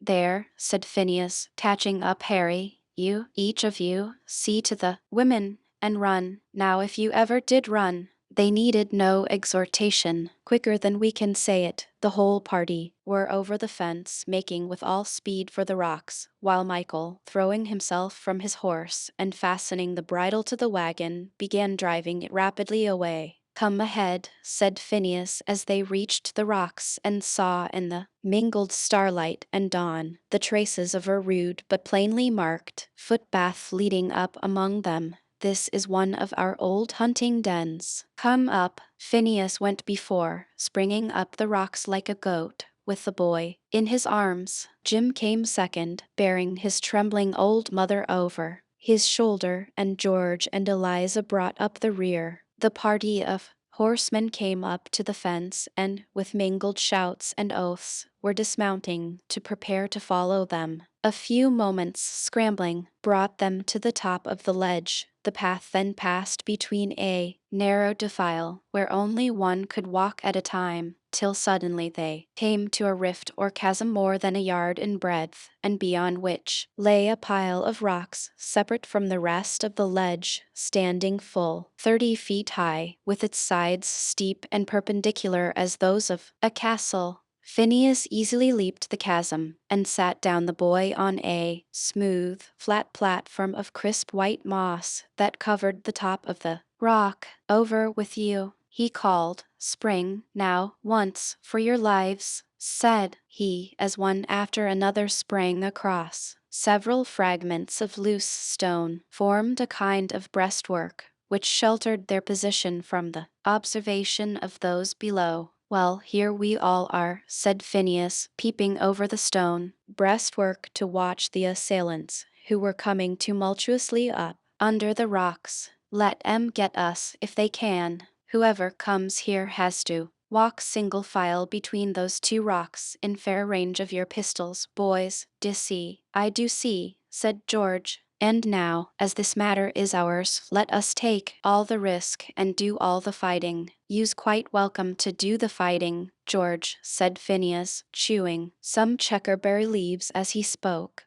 "but I may have the fun of looking on, I suppose. But see, these fellows are kinder debating down there, and looking up, like hens when they are going to fly up onto the roost. Hadn't you better give 'em a word of advice before they come up, just to tell 'em handsomely they'll be shot if they do?" The party beneath, now more apparent in the light of the dawn, consisted of our old acquaintances, Tom Loker and Marks, with 2 constables, and a posse consisting of such rowdies at the last tavern as could be engaged by a little brandy to go and help the fun of trapping a set of niggers. "Well, Tom, your coons are farly treed," said one. "Yes, I see 'em go up right here," said Tom, "and here's a path. I'm for going right up. They can't jump down in a hurry, and it won't take long to ferret 'em out." "But, Tom, they may fire at us from behind the rocks," said Marks. "That would be ugly, you know." "Ugh," said Tom, with a sneer. "Always for saving your skin, Marks." "No, danger. Niggers are too plaguey scared." "I don't know why I shouldn't save my skin," said Marks. "It's the best I've got, and niggers do fight like the devil sometimes." At this moment, George appeared on the top of a rock above them, and, speaking in a calm, clear voice, said, "Gentlemen, who are you, down there, and what do you want?" "We want a party of runaway niggers," said Tom Loker. "One George Harris and Eliza Harris and their son and Jim Selden and an old woman. We've got the officers here and a warrant to take 'em, and we're going to have 'em, too. D'ye hear? And you George Harris, that belongs to Mr. Harris of Shelby County, Kentucky?" "I am George Harris. A Mr. Harris of Kentucky did call me his property, but now I'm a free man, standing on God's free soil, and my wife and my child I claim as mine. Jim and his mother are here. We have arms to defend ourselves, and we mean to do it. You can come up if you like, but the first one of you that comes within the range of our bullets is a dead man, and the next, and so on till the last." "Oh, come, come," said a short, puffy man, stepping forward and blowing his nose as he did so. "Young man, this ain't no kind of talk at all for you. You see, we're officers of justice. We've got the law on our side, and the power, and so forth. So you'd better give up peaceably, you see, for you'll certainly have to give up at last. I know very well that you've got the law on your side and the power, said George bitterly. You mean to take my wife to sell in New Orleans and put my boy like a calf in a trader's pen and send Jim's old mother to the brute that whipped and abused her before because he couldn't abuse her son. You want to send Jim and me back to be whipped and tortured and ground down under the heels of them that you call masters. And your laws will bear you out in it. More shame for you and them. But you haven't got us. We don't own your laws. We don't own your country. We stand here as free, under God's sky, as you are, and by the great God that made us, we'll fight for our liberty till we die. George stood out in fair sight on the top of the rock as he made his declaration of independence. The glow of dawn gave a flush to his swarthy cheek, and bitter indignation and despair gave fire to his dark eye, and as if appealing from man to the justice of God, he raised his hand to heaven as he spoke. If it had been only a Hungarian youth, now bravely defending in some mountain fastness the retreat of fugitives escaping from Austria into America, this would have been sublime heroism. But as it was a youth of African descent, defending the retreat of fugitives through America into Canada, of course we are too well instructed and patriotic to see any heroism in it, and if any of our readers do, they must do it on their own private responsibility. When despairing Hungarian fugitives make their way, against all the search warrants and authorities of their lawful government, to America, press and political cabinet ring with applause and welcome. When despairing African fugitives do the same thing, it is, what is it? Be it as it may, it is certain that the attitude, eye, voice, manner of the speaker for a moment struck the party below to silence. There is something in boldness and determination that for a time hushes even the rudest nature. Marx was the only one who remained wholly untouched. He was deliberately cocking his pistol, and in the momentary silence that followed George's speech, he fired at him. Ye see ye get just as much for him dead as alive in Kentucky, he said, coolly, as he wiped his pistol on his coat sleeve. George sprang backward. Eliza uttered a shriek. The ball had passed close to his hair, had nearly grazed the cheek of his wife, and struck in the tree above. It's nothing, Eliza, said George quickly. You'd better keep out of sight with your speechifying, said Phineas. They're mean scamps. Now, Jim, said George, look that your pistols are all right, and watch that pass with me. The first man that shows himself I fire at. You take the second, and so on. It won't do, you know, to waste 2 shots on 1. But what if you don't hit? I shall hit, said George coolly. Good. Now, there's stuff in that fellow, muttered Phineas between his teeth. The party below, after Marx had fired, stood for a moment rather undecided. I think you must have hit some on M, said one of the men. I heard a squeal. I'm going right up for one, said Tom. I never was afraid of niggers, and I ain't going to be now. Who goes after? He said, springing up the rocks. George heard the words distinctly. He drew up his pistol, examined it, pointed it towards that point in the defile where the first man would appear. One of the most courageous of the party followed Tom, and, the way being thus made, the whole party began pushing up the rock, the hindermost, pushing the front ones faster than they would have gone of themselves. On they came, and in a moment the burly form of Tom appeared in sight, almost at the verge of the chasm. George fired. The shot entered his side, but, though wounded, he would not retreat, but, with a yell like that of a mad bull, he was leaping right across the chasm into the party. Friend, said Phineas, suddenly stepping to the front and meeting him with a push from his long arms, you isn't wanted here.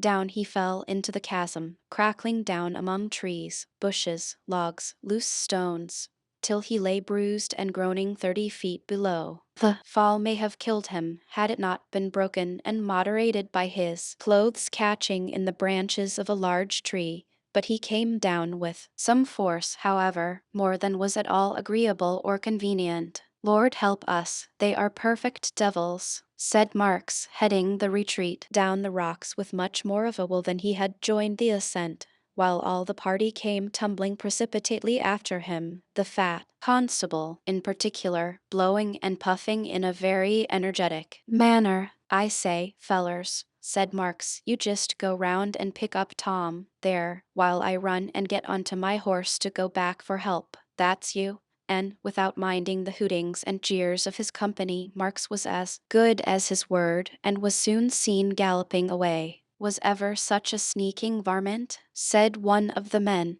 to come on his business, and he clear out and leave us this here way? Well, we must pick up that feller, said another. Cuss me if I much care whether he is dead or alive. The men, led by the groans of Tom, scrambled and crackled through stumps, logs, and bushes, to where that hero lay groaning and swearing, with alternate vehemence. Ye keep it a-going pretty loud, Tom, said one. Ye much hurt? Don't know. Get me up, can't ye? Blast that infernal Quaker. If it hadn't been for him, I'd a pitched some on 'em down here, to see how they liked it. With much labor and groaning, the fallen hero was assisted to rise, and, with one holding him up under each shoulder, they got him as far as the horses. If you could only get me a mile back to that our tavern, give me a handkerchief or something to stuff into this place and stop this infernal bleeding.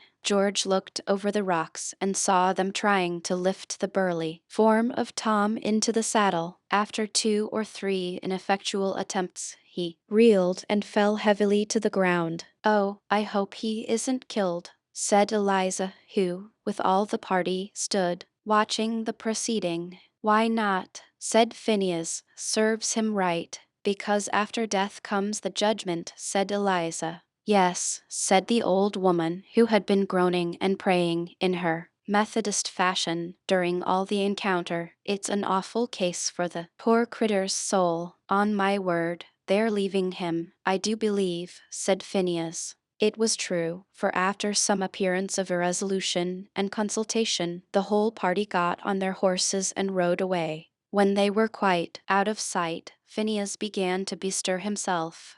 Well, we must go down and walk a piece, he said. I told Michael to go forward and bring help, and be along back here with the wagon. But we shall have to walk a piece along the road, I reckon, to meet them. Lord grant he be along soon. It's early in the day. There won't be much travel afoot yet a while. We ain't much more than 2 miles from our stopping place. If the road hadn't been so rough last night, we could have outrun 'em entirely. As the party neared the fence, they discovered in the distance along the road their own wagon coming back, accompanied by some men on horseback. Well, now, there's Michael and Stephen and Amariah, exclaimed Phineas joyfully. Now we are made as safe as if we'd got there. Well, do stop, then, said Eliza, and do something for that poor man.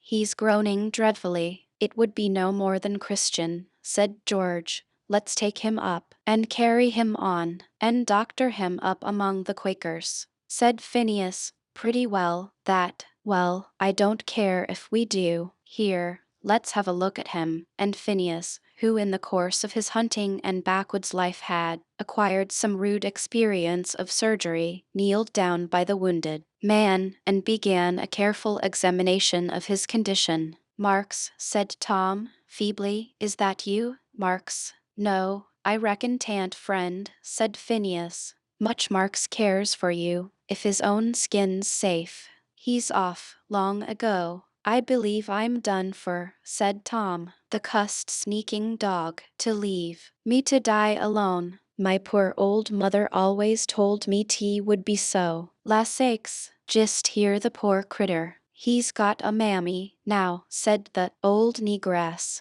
I can't help kinder pityin' on him. Softly, softly, don't you snap and snarl, friend, said Phineas, as Tom winced and pushed his hand away. You has no chance unless I stop the bleeding. and Phineas busied himself with making some offhand, surgical arrangements with his own pocket handkerchief and such as could be mustered in the company. "You pushed me down there," said Tom, faintly. "Well, if I hadn't, you would have pushed us down, you sees," said Phineas as he stooped to apply his bandage. "There, there, let me fix this bandage. We mean well to you. We bear no malice. You shall be taken to a house where they'll nurse you first rate, well as your own mother could." Tom groaned and shut his eyes. In men of his class, vigor and resolution are entirely a physical matter, and ooze out with the flowing of the blood, and the gigantic fellow really looked piteous in his helplessness. The other party now came up. The seats were taken out of the wagon. The buffalo skins, doubled in fours, were spread all along one side, and 4 men, with great difficulty, lifted the heavy form of Tom into it. Before he was gotten in, he fainted entirely. The old negress, in the abundance of her compassion, sat down on the bottom, and took his head in her lap. Eliza, George, and Jim bestowed themselves, as well as they could, in the remaining space, and the whole party set forward. "What do you think of him?" said George, who sat by Phineas in front. "Well, it's only a pretty deep flesh wound, but then, tumbling and scratching down that place didn't help him much. It has bled pretty freely, pretty much drained him out, courage and all, but he'll get over it, and maybe learn a thing or two by it." "I'm glad to hear you say so," said George. "It would always be a heavy thought to me if I'd caused his death, even in a just cause." "Yes," said Phineas, "killing is an ugly operation. Anyway, they'll fix it, man or beast. I've seen a buck that was shot down and a dying look that way on a feller with his eye, that it really most made a feller feel wicked for killing on him, and human creatures is a more serious consideration yet, Bane, as your wife says that the judgment comes to 'em after death. So I don't know as our people's notions on these matters is too strict, and considerin' how I was raised, I fell in with them pretty considerably." "What shall you do with this poor fellow?" said George. "Oh, carry him along to Amariah's.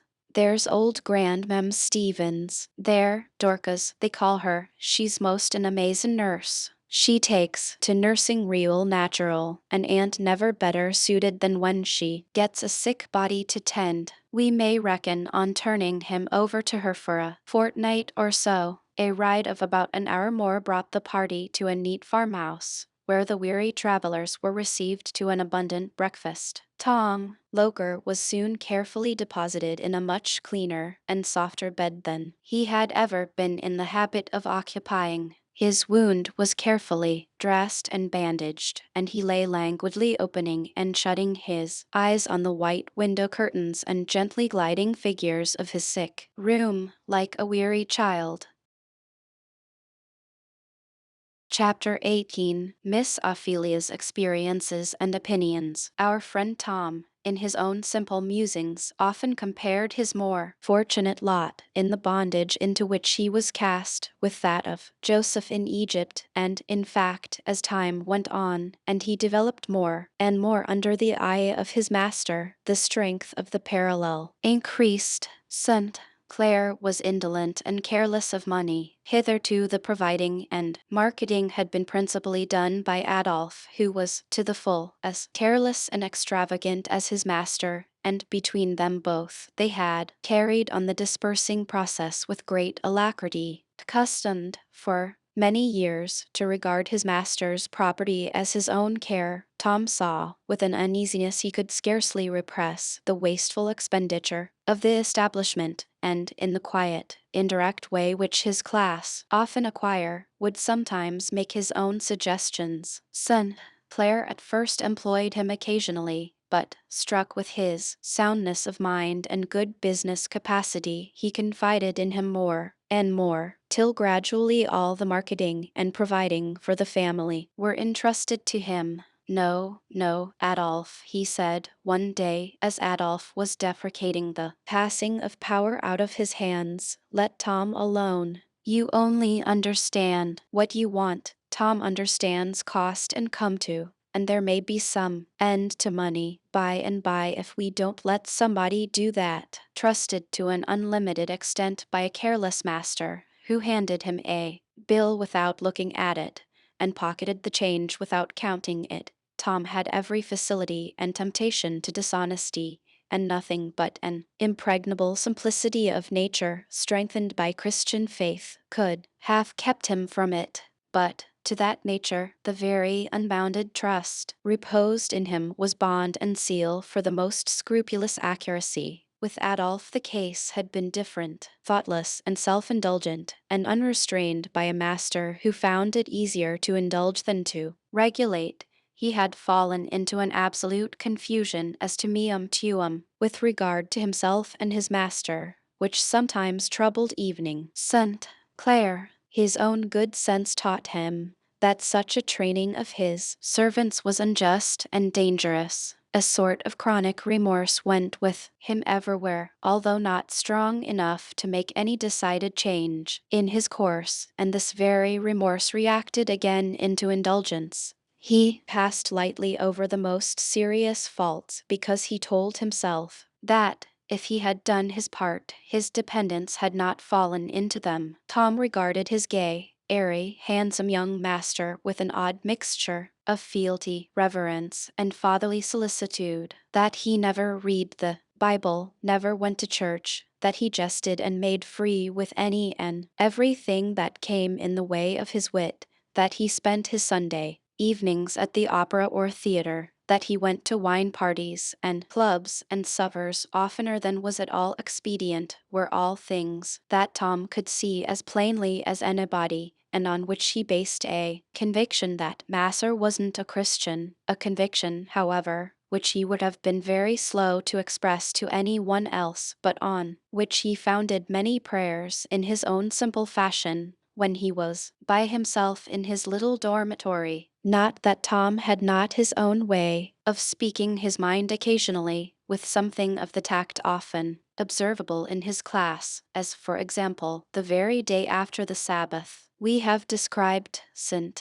Clair was invited out to a convivial party of choice spirits and was helped home between 1 and 2 o'clock at night, in a condition when the physical had decidedly attained the upper hand of the intellectual. Tom and Adolph assisted to get him composed for the night, the latter in high spirits, evidently regarding the matter as a good joke and laughing heartily at the rusticity of Tom's horror, who really was simple enough to lie awake most of the rest of the night, praying for his young master. "Well, Tom, what are you waiting for?" said St. Clair the next day as he sat in his library, in dressing gown and slippers. St. Clair had just been entrusting Tom with some money and various commissions. "Isn't all right there, Tom?" he added, as Tom still stood waiting. "I'm 'fraid not, masser," said Tom, with a grave face. St. Clair laid down his paper and set down his coffee cup and looked at Tom. "Why, Tom, what's the case? You look as solemn as a coffin." "I feel very bad, masser. I allays have thought that masser would be good to everybody." "Well, Tom, haven't I been? Come, now, what do you want?" "There's something you haven't got, I suppose, and this is the preface. Masser allays been good to me. I haven't nothing to complain of on that head, but there is one that Masser isn't good to." "Why, Tom, what's got into you? Speak out. What do you mean?" "Last night, between 1 and 2, I thought so. I studied upon the matter then. Masser isn't good to himself." Tom said this with his back to his master and his hand on the doorknob. St. Clair felt his face flush crimson, but he laughed. "Oh, that's all, is it?" he said, gaily. "All," said Tom, turning suddenly round and falling on his knees. "Oh, my dear young masser, I'm 'fraid it will be loss of all, body and soul. The good book says it bits like a serpent and stings like an adder." "My dear masser," Tom's voice choked and the tears ran down his cheeks. You poor, silly fool, said St. Clair, with tears in his own eyes.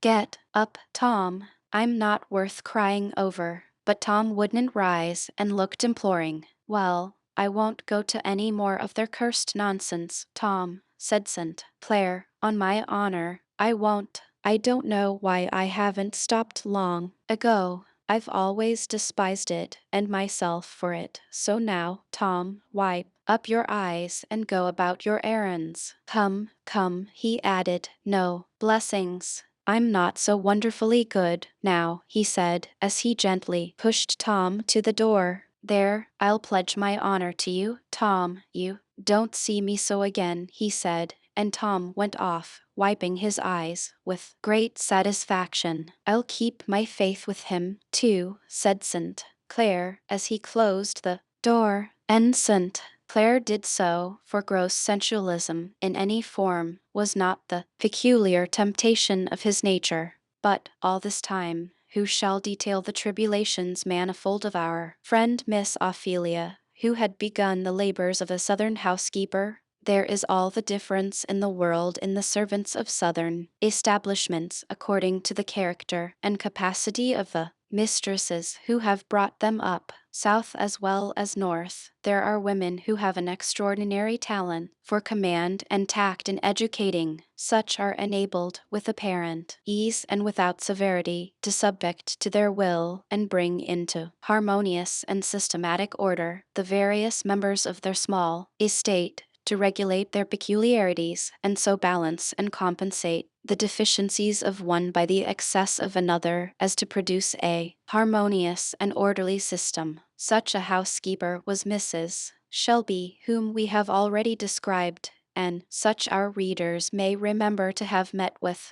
If they are not common at the South, it is because they are not common in the world. They are to be found there as often as anywhere, and, when existing, find in that peculiar state of society a brilliant opportunity to exhibit their domestic talent. Such a housekeeper Marie St. Clair was not, nor her mother before her. Indolent and childish, unsystematic and improvident, it was not to be expected that servants trained under her care should not be so likewise. And she had very justly described to Miss Ophelia the state of confusion she would find in the family, though she had not ascribed it to the proper cause. The first morning of her regency, Miss Ophelia was up at 4 o'clock, and having attended to all the adjustments of her own chamber, as she had done ever since she came there, to the great amazement of the chambermaid, she prepared for a vigorous onslaught on the cupboards and closets of the establishment of which she had the keys. The storeroom, the linen presses, the china closet, the kitchen and cellar, that day, all went under an awful review. Hidden things of darkness were brought to light to an extent that alarmed all the principalities and powers of kitchen and chamber, and caused many wonderings and murmurings about desire northern ladies from the domestic cabinet. Old Dinah, the head cook and principal of all rule and authority in the kitchen department, was filled with wrath at what she considered an invasion of privilege. No feudal baron in Magna Charta times could have more thoroughly resented some incursion of the crown. Dinah was a character in her own way, and it would be injustice to her memory not to give the reader a little idea of her. She was a native and essential cook as much as Aunt Chloe, cooking being an indigenous talent of the African race, but Chloe was a trained and methodical one, who moved in an orderly domestic harness, while Dinah was a self-taught genius, and, like geniuses in general, was positive, opinionated, and erratic to the last degree. Like a certain class of modern philosophers, Dinah perfectly scorned logic and reason in every shape, and always took refuge in intuitive certainty, and here she was perfectly impregnable. No possible amount of talent, or authority, or explanation could ever make her believe that any other way was better than her own, or that the course she had pursued in the smallest matter could be in the least modified. This had been a conceded point with her old mistress, Marie's mother, and Miss Marie, as Dinah always called her young mistress, evening after her marriage, found it easier to submit than contend, and so Dinah had ruled supreme. This was the easier, in that she was perfect mistress of that diplomatic art which unites the utmost subservience of manner with the utmost inflexibility as to measure. Dinah was mistress of the whole art and mystery of excuse-making in all its branches. Truly, it was an axiom with her that the cook can do no wrong, and a cook in a southern kitchen finds abundance of heads and shoulders on which to lay off every sin and frailty so as to maintain her own immaculateness entire. If any part of the dinner was a failure, there were 50 indisputably good reasons for it, and it was the fault, undeniably, of 50 other people whom Dinah berated with unsparing zeal. But it was very seldom that there was any failure in Dinah's last results, though her mode of doing everything was peculiarly meandering and circuitous, and without any sort of calculation as to time and place, though her kitchen generally looked as if it had been arranged by a hurricane blowing through it, and she had about as many places for each cooking utensil as there were days in the year. Yet, if one would have patience to wait her own good time, up would come her dinner in perfect order, and in a style of preparation with which an epicure could find no fault. It was now the season of incipient preparation for dinner. Dinah, who required large intervals of reflection and repose, and was studious of ease in all her arrangements, was seated on the kitchen floor, smoking a short, stumpy pipe, to which she was much addicted, and which she always kindled up as a sort of censer whenever she felt the need of an inspiration in her arrangements. It was Dinah's mode of invoking the domestic muses. Seated around her were various members of that rising race with which a southern household abounds, engaged in shelling peas, peeling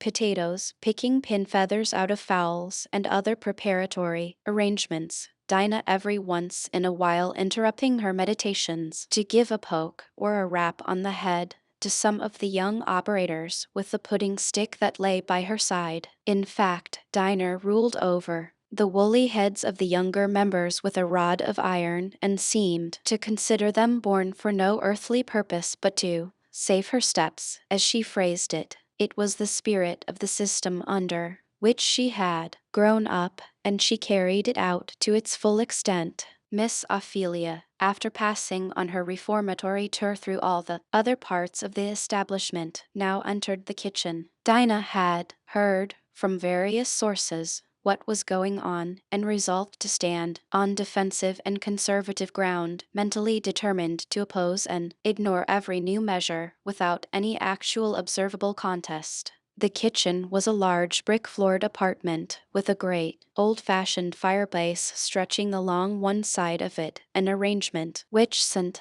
Clair had vainly tried to persuade Dinah to exchange for the convenience of a modern cook stove. Not she. No Puseyite, or conservative of any school, was ever more inflexibly attached to time-honored inconveniences than Dinah. Edward Bouverie, Pusey 1800–1882, champion of the orthodoxy of revealed religion, defender of the Oxford movement, and Regius Professor of Hebrew and Canon of Christ Church, Oxford. When St. Clair had first returned from the north, impressed with the system and order of his uncle's kitchen arrangements, he had largely provided his own with an array of cupboards, drawers, and various apparatus to induce systematic regulation under the sanguine illusion that it would be of any possible assistance to Dinah in her arrangements. He may as well have provided them for a squirrel or a magpie. The more drawers and closets there were, the more hiding holes could Dinah make for the accommodation of old rags, hair combs, old shoes, ribbons, cast-off artificial flowers, and other articles of verdure, where her soul delighted. When Miss Ophelia entered the kitchen, Dinah did not rise, but smoked on, in sublime tranquillity, regarding her movements obliquely out of the corner of her eye, but apparently intent only on the operations around her. Miss Ophelia commenced opening a set of drawers. "What is this drawer for, Dinah?" she said. It's handy for most anything, Mrs., said Dinah. So it appeared to be from the variety it contained. Miss Ophelia pulled out first a fine damask tablecloth stained with blood, having evidently been used to envelop some raw meat. What's this, Dinah? You don't wrap up meat in your Mistress Bess tablecloths. Oh lor, Mrs., no, the towels was all amissen, so I just did it. I laid out to wash that's why I put it thar. Shiftless, said Miss Ophelia to herself, proceeding to tumble over the drawer, where she found a nutmeg grater and 2 or 3 nutmegs, a Methodist hymn book, a couple of soiled Madras handkerchiefs, some yarn and knitting work, a paper of tobacco and a pipe, a few crackers, 1 or 2 gilded china saucers with some pomade in them, 1 or 2 thin old shoes, a piece of flannel carefully pinned up enclosing some small white onions, several damask table napkins, some coarse crash towels, some twine and darning needles, and several broken papers, from which sundry sweet herbs were sifting into the drawer. Where do you keep your nutmegs, Dinah? Said Miss Ophelia, with the air of one who prayed for patience. Most anywhere, Missus. There's some in that cracked teacup up there, and there's some over in that ar cupboard. Here are some in the grater, said Miss Ophelia, holding them up. Laws, yes, I put 'em there this morning. I likes to keep my things handy, said Dinah. You, Jake, what are you stopping for? You'll catch it. Be still, thar, she added, with a dive of her stick at the criminal. What's this? Said Miss Ophelia, holding up the saucer of pomade. Laws, it's my heart grease. I put it thar to have it handy. Do you use your mistress' best saucers for that? Law, it was 'cause I was driv, and in sich a hurry, I was gwine to change it this very day. Here are 2 damask table napkins. Them table napkins I put thar, to get 'em washed out, some day. Don't you have some place here on purpose for things to be washed? Well, Masser Sant, Claire got dat our chest, he said, for dat, but I likes to mix up biscuit and have my things on it some days, and then it ain't handy a liftin' up the lid. Why don't you mix your biscuits on the pastry table, there? Law, Missus, it gets sot so full of dishes, and one thing and another, dere ain't no room, no way. But you should wash your dishes and clear them away. Wash my dishes, said Dinah, in a high key, as her wrath began to rise over her habitual respect of manner. What does ladies know 'bout work? I want to know, when de masser ever get his dinner, if I vas to spend all my time a washin' and a puttin' up dishes. Miss Marie never telled me so, nohow. Well, here are these onions. Laws, yes, said Dinah, far as where I put 'em now. I couldn't 'member them particular onions I was a savin' for dis your very stew. I'd forgot they was in dat our old flannel. Miss Ophelia lifted out the sifting papers of sweet herbs. I wish Missus wouldn't touch dem I likes to keep my things where I knows where to go to 'em, said Dinah, rather decidedly. But you don't want these holes in the papers. Them handy for siftin' on tea out, said Dinah. But you seed it spills all over the drawer. Laws, yes. If Missus will go a tumblin' things all up so, it will. Missus has spilt lots dat our way, said Dinah, coming uneasily to the drawers. If Missus only will go upstairs till my clarin' up time comes, I'll have everything right.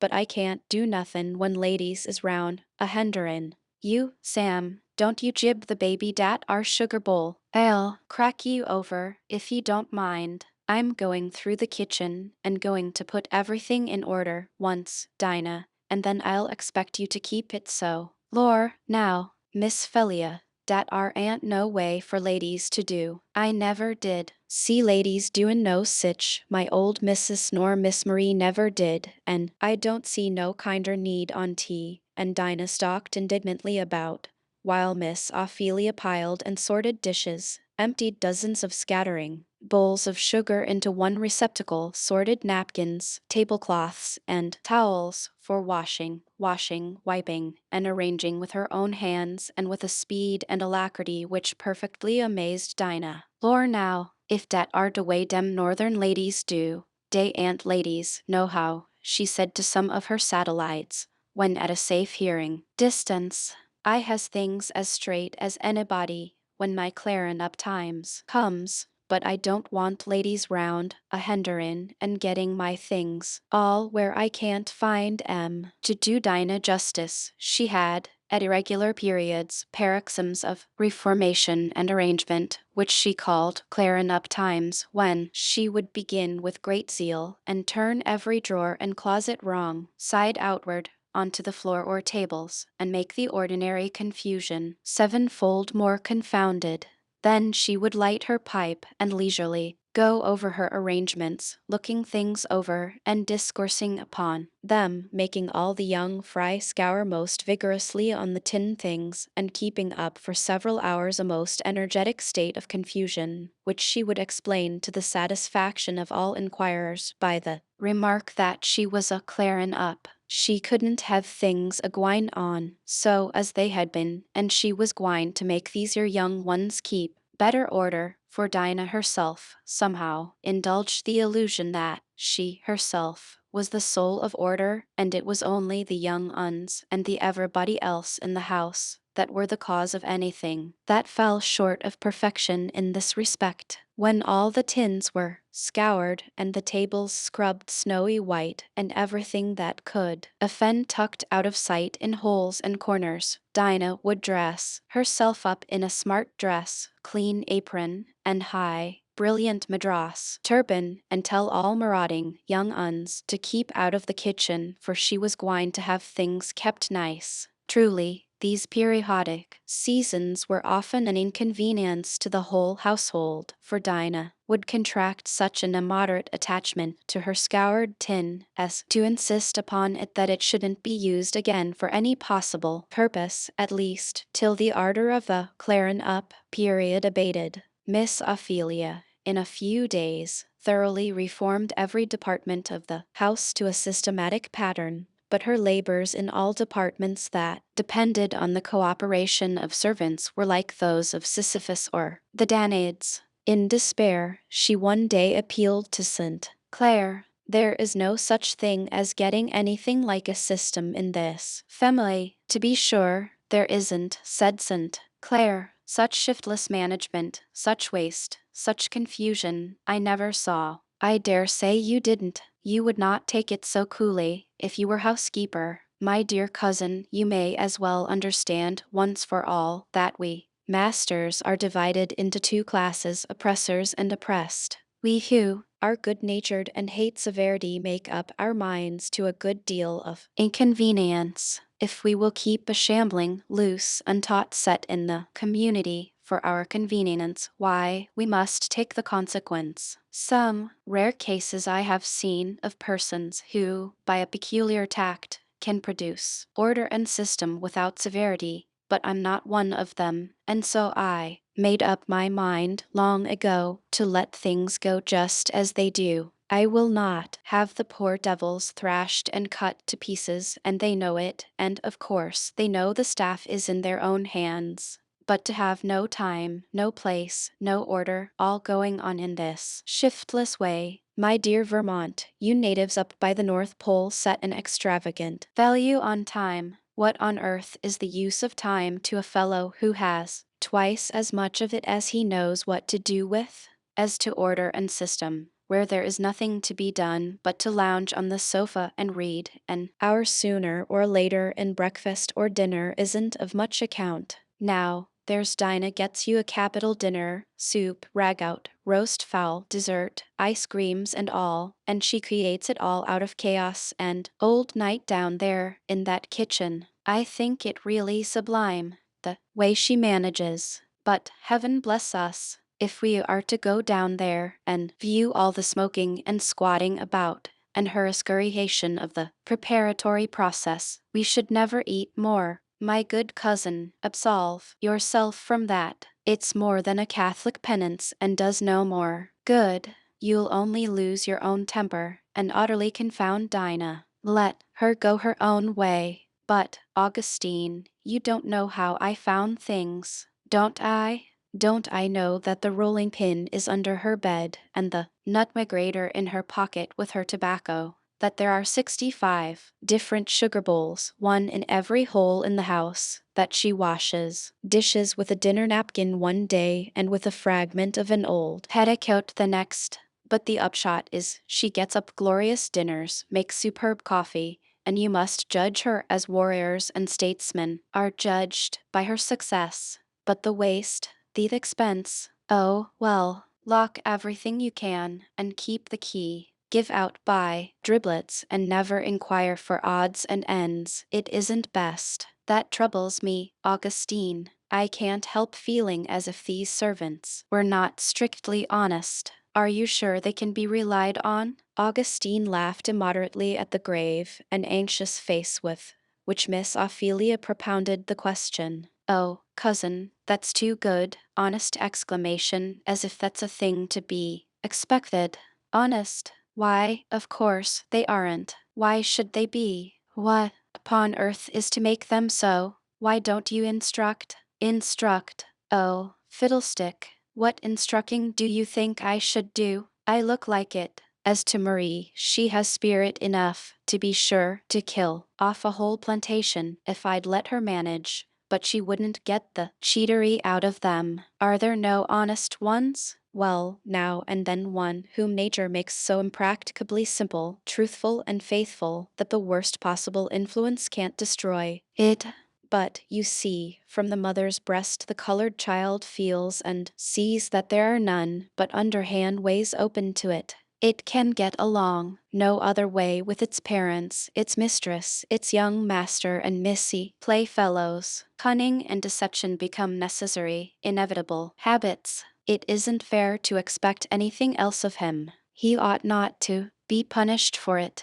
As to honesty, the slave is kept in that dependent, semi-childish state that there is no making him realize the rights of property or feel that his master's goods are not his own if he can get them. For my part, I don't see how they can be honest. Such a fellow as Tom here is a moral miracle. And what becomes of their souls? Said Miss Ophelia. That isn't my affair, as I know of, said St. Clair. I am only dealing in facts of the present life. The fact is that the whole race are pretty generally understood to be turned over to the devil for our benefit in this world, however it may turn out in another. This is perfectly horrible, said Miss Ophelia. You ought to be ashamed of yourselves. I don't know as I am. We are in pretty good company, for all that, said St. Clair, as people in the broad road generally are. Look at the high and the low all the world over, and it's the same story. The lower class used up body, soul, and spirit for the good of the upper. It is so in England, it is so everywhere, and yet all Christendom stands aghast with virtuous indignation because we do the thing in a little different shape from what they do it. It isn't so in Vermont. Ah, well, in New England and in the Free States you have the better of us, I grant. But there's the bell, so, cousin, let us for a while lay aside our sectional prejudices and come out to dinner. As Miss Ophelia was in the kitchen in the latter part of the afternoon, some of the sable children called out, "La sakes! Thar's Prue a-coming, grunting along like she allers does." A tall, bony-colored woman now entered the kitchen, bearing on her head the basket of rusks and hot rolls. "Ho, Prue, you've come," said Dinah. Prue had a peculiar scowling expression of countenance and a sullen, grumbling voice. She set down her basket, squatted herself down, and, resting her elbows on her knees, said, "Oh Lord, I wished I s dead." "Why do you wish you were dead?" said Miss Ophelia. "I'd be out o' my misery," said the woman, gruffly, without taking her eyes from the floor. "What need you getting drunk, then, and cutting up, Prue?" said a spruce quadroon chambermaid, dangling, as she spoke, a pair of coral eardrops. The woman looked at her with a sour, surly glance. Maybe you'll come to it one of these your days. I'd be glad to see you, I would.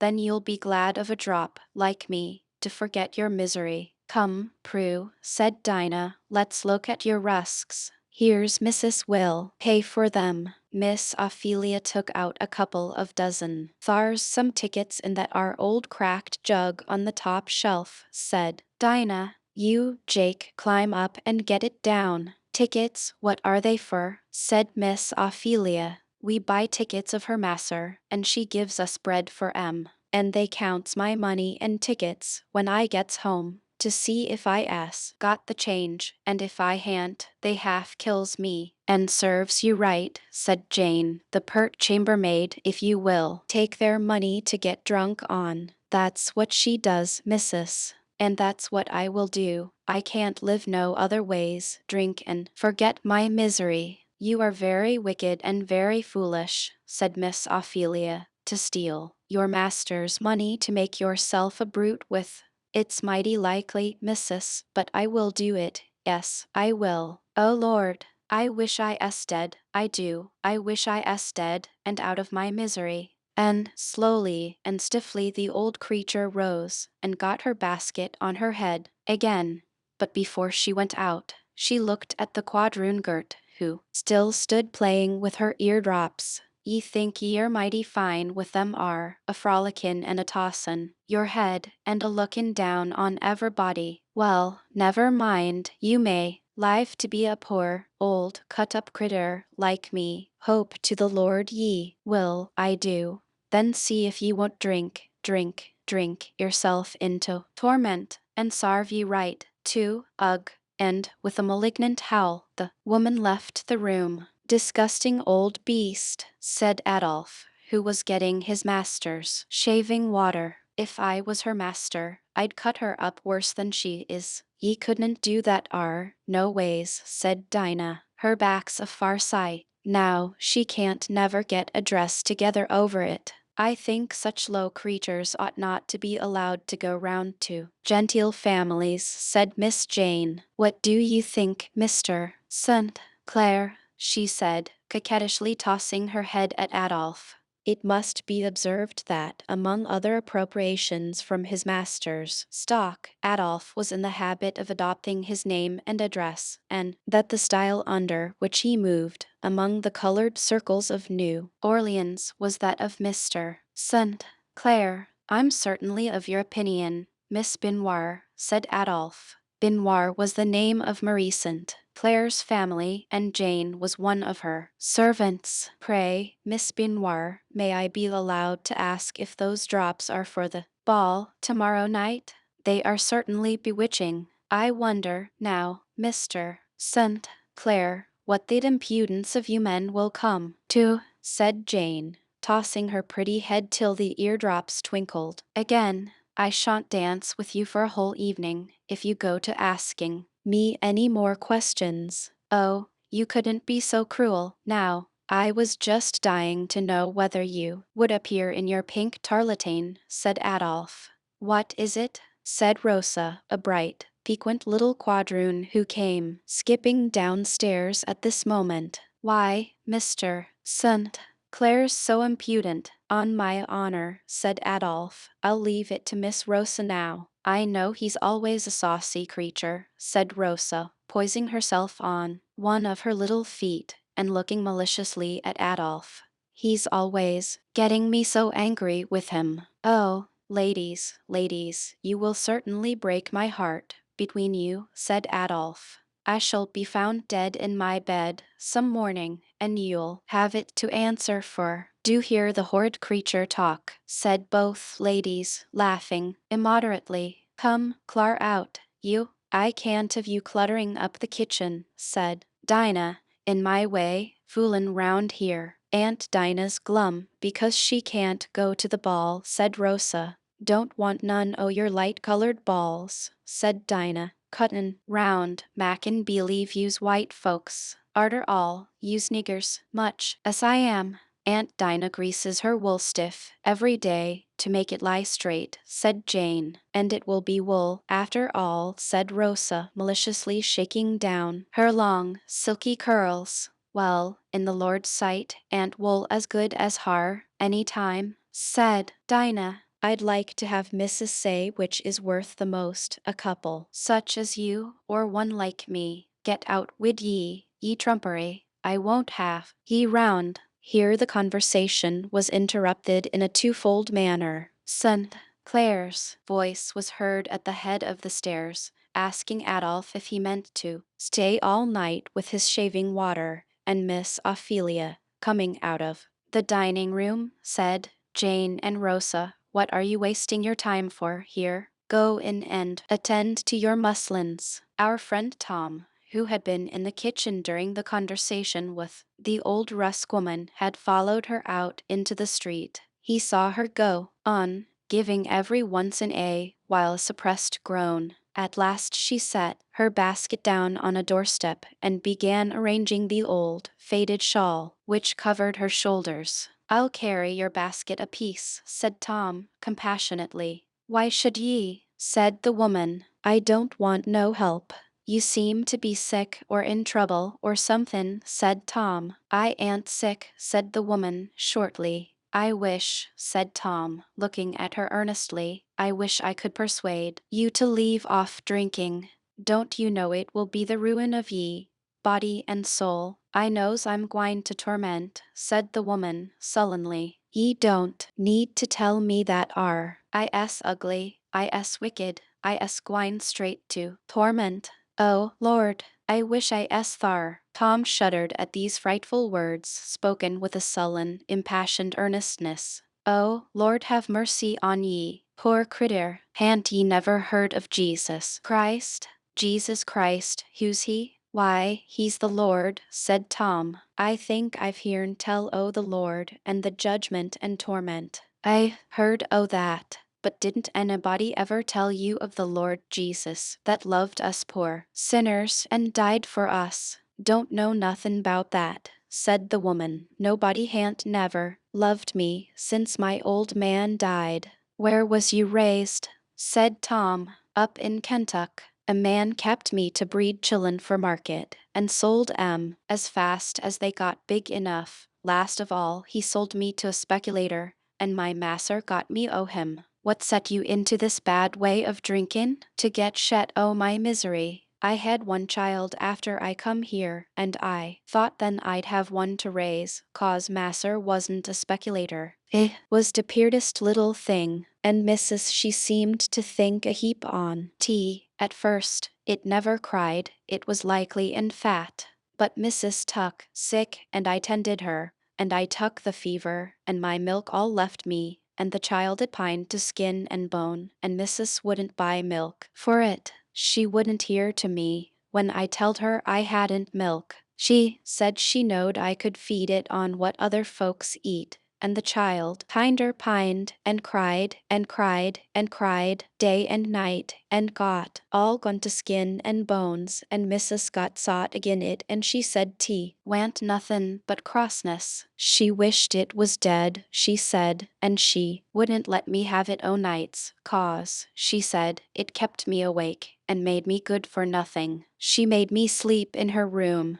and I had to put it away off in a little kind o' garret, and thar it cried itself to death one night. It did, and I tuck to drinkin' to keep its crying out of my ears. I did, and I will drink. I will, if I do go to torment for it. Masser says I shall go to torment, and I tell him I've got thar. Now, oh, ye poor critter, said Tom, ha'n't nobody never telled ye how the Lord Jesus loved ye and died for ye? Ha'n't they telled ye that he'll help ye, and ye can go to heaven and have rest at last? I looks like gwine to heaven, said the woman, and thar where white folks is gwine. I s'pose they'd have me thar. I'd rather go to torment and get away from masser and missus. I had so, she said, as with her usual groan, she got her basket on her head and walked sullenly away. Tom turned and walked sorrowfully back to the house. In the court he met little Eva, a crown of tuberoses on her head, and her eyes radiant with delight. Oh, Tom, here you are. I'm glad I found you. Papa says you may Get out the ponies and take me in my little new carriage, she said, catching his hand.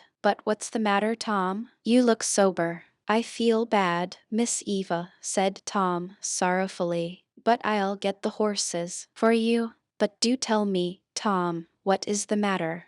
I saw you talking to cross old Prue. Tom, in simple, earnest phrase, told Eva the woman's history. She did not exclaim or wonder or weep as other children do. Her cheeks grew pale and a deep, earnest shadow passed over her eyes.